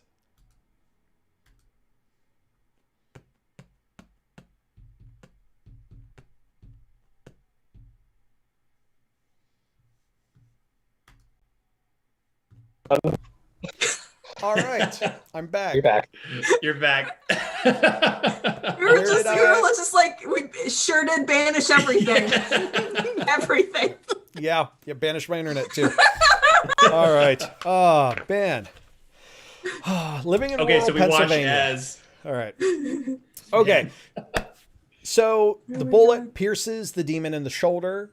The demon turns to ash. The small little demons turn to ash. And in fact, the entire scene turns to ash and reveals the back to the train car. So whatever had divided this train car in half, creating this portal was that demon, and it's gone. And so you have successfully stopped Mammon from getting what he wanted from this train. And you are successful in your mission. I assume that some of you take some money for yourselves and you skedaddle. I'm not about that life, but thanks for offering. All right. Well, I mean, Yes. So We'll you take are your successful. shares. You are Bring it back to successful Charlotte. with what Madam Charlotte had asked you to do. So excellent work, everyone. Excellent work. I need to plan these things for a little bit more time. So at this point, we're going to conclude. And what I'd like to do is open the floor to all of you to say something that you liked or didn't like about this Learn to Play Fate session. It can be about procedural things. It can be about the game itself. It could be something that I've done or didn't do. With the exception of the internet thing is such an obvious problem with this. And I don't know what's going on. Because I rely on this internet to work from home. Yeah. And I don't encounter this issue at all. I'm on Zoom calls. Yeah. Just about all day, every day. So I apologize for that. But I'd like to set the floor open to something that you liked or didn't like about today. Oh my I mean, gosh. I really liked the. I'm sorry. Go ahead, Emily. Oh no, you can. Sorry. No, I really like that you took us through like 3 different ongoing challenges, conflict, and but I'm losing the other one. Contest, challenge, Contest. and I like conflict. that we got to experience all those things because, like, I mean, I've obviously done, being the one who hasn't played, read a lot about it, but having, just jumping in, it gives me such greater understanding, obviously. And so having the opportunity to just have a taste of all those things was incredibly helpful for me. And I also just love that, and I know this is kind of dependent upon the group a little bit, but I just loved how much everybody was eager to jump in and add, flesh things out and really add fascinatingly interesting details. I mean, got that train, Amelia, the car with the guy with the green eyes, with all the stuff. The way the picture you painted there is amazing. It was fantastic. So I love that everybody jumping in. Yeah. Yeah, no, I was gonna say, like this is a really fun experience, and I'm definitely gonna be doing Fate after this. Like for me, like jumping in first and then like reading the book tends to work better, and definitely it has in this case because I've seen, like, you did a really great sampler of like all the things that you can encounter, and like, yeah, like, I mean, don't feel bad about the time. Like, I mean, that's just a thing I feel like with any game that you play. Like there's been so many sessions that I've had to just, there's another phase of the boss and it's like, no, we gotta leave. It's, it's time. That's just I feel like a factor with any game, but like with this, like the fact that you were able to wrap it up that fast does say a lot about this. Like the system is like good for, like, and it seems like there's not a whole lot to like prepare ahead of time. So like me as GM, I'm like, yes, good. The fact that it's collaborative. Yeah. My preparation was literally writing down contest to get on the train, challenge to get through the train, conflict, monster. Nice. Yeah, it seems really easy to to pick up both as a GM as a player, especially since there's a little bit more of a, like, the power of creating stuff is amongst everybody. So I think that's really cool. Yeah, the only negative I guess I can say is that I don't know if it would be good to start off with pre-made characters for folks for this, because I don't know. Like I really liked making my character, but then also that I was like, that was time we could be using to play. So like, I don't know. Maybe that's. Yeah. Well, I don't know. The reason that I didn't do pre-generated characters for these Learn to Play sessions is because I think that going through the process is really important. It's more about like experiencing it all as opposed to getting a good play session in. So but that is that is worth consideration. Yeah, and I don't know. If I was running it for like brand new people, maybe I would do pre-gen, but that's a question I always feel like with my Monster of the Week people. I was like, do I just hand them pre-made characters, or I don't know. But I think the impression that I've gotten from the Fate system is that creating characters is playing Fate. No, yeah. And I like that about it. I think that's a positive, that like the experience of collaborating together on your characters. It's not like this is a best practice like in D&D. You should have a session 0, but like you can consider it in Fate to like, no, this is session 1. Like session 1 is you guys sit down and figure this stuff out. Yeah, like, and yeah, we, No, More like never a mind. I writer's changed my room. mind on that. Like, it's a good thing that you include it. Like, Yeah, I don't know. you know, it's no, because it's part of the world. Is that you're creating the world and the characters together to suit each other. So, yeah. So I think for me, like the thing that really stood out to me the most as a positive was how collaborative the experience was. Where like Yes. I was really impressed and excited by how much agency I had as a player to move the story, and just the game trusted me to tell an interesting story, and like I could create interesting problems for someone else to solve. I loved that I had a lot of agency to cause problems for my own character. Yes. Because like I'm, Randy mentioned, and maybe it was before we were online, he talked about liking to play his characters like he's driving a stolen car. Yes. And that's absolutely how I play too, because it's probably a GM thing. Like you're used to everything you love dying, so you might as well. Right. And it's I think it's more fun that way. So I love that I had all these opportunities to like I could prevent that problem, but it's more fun if it's a problem. But it's interesting. And Yeah, the like- game rewards you for that by giving you tools to go all in for like your big finishing attack, which is awesome. Yeah. And I mean, I guess that's the only really like negative I can think of is that if you're a person that you're like, no, my character is my baby, I can't hurt them, it might be rough. But you'll get used to it. Yeah. Yeah. And You that's have that's the tools to avoid problems. It's just going to cost you your effectiveness when it's time to And act. like I like that there's that balance. It's just might be difficult to wrap your head around at first, maybe. well, Yeah. I That's have really all I can think so I want to just add on to that for just a moment, and then Dylan, I'll open up for you. All right. So I have like a handout that I can give new players that has like milestones for them to achieve. Oh, cool. Like, and Yeah, I so love that. like it, there's no mechanical benefit to it. Like they don't get extra fate points or extra anythings, except that I give them a list of like, these are all the things, try to check all of them in the first 2 sessions. And it's like, spend a fate point to help somebody, like compel yourself, things like that. And the download for it, I think, is on the Fate SRD. Fate Achievements is what it's called. I'm gonna write that I down. really want that. That's awesome. So actually, let me No, go to the I Fate think that's, SRD. and that kind of addresses my thoughts that I just had of like, especially if somebody is brand new to role playing and this is their first system, that would be so helpful of like, here's your cool scavenger hunt of things you might like to try. Yeah, scaffolding is Yeah. awesome. So Yeah.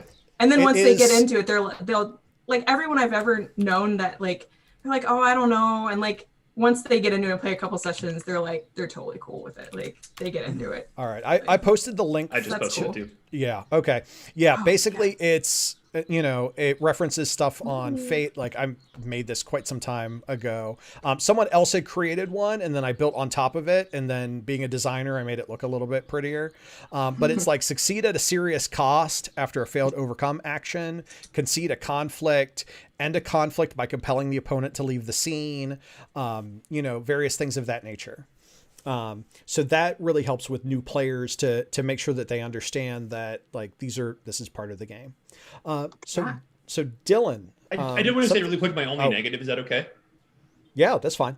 Yeah. So the only negative I had is that I felt like it would have been cool to obviously have more time, but have more opportunities to like talk and act in character. I totally get like we're not going to do deep character That's stuff. just- yeah. That's fine. But like and I tried to make opportunities, but it would have been cool to have like a little bit more than there was. But again, you have to like balance the time. I would have been comfortable if it's like, hey, this is gonna be 5 hours. You have to come in. I'm cool with that.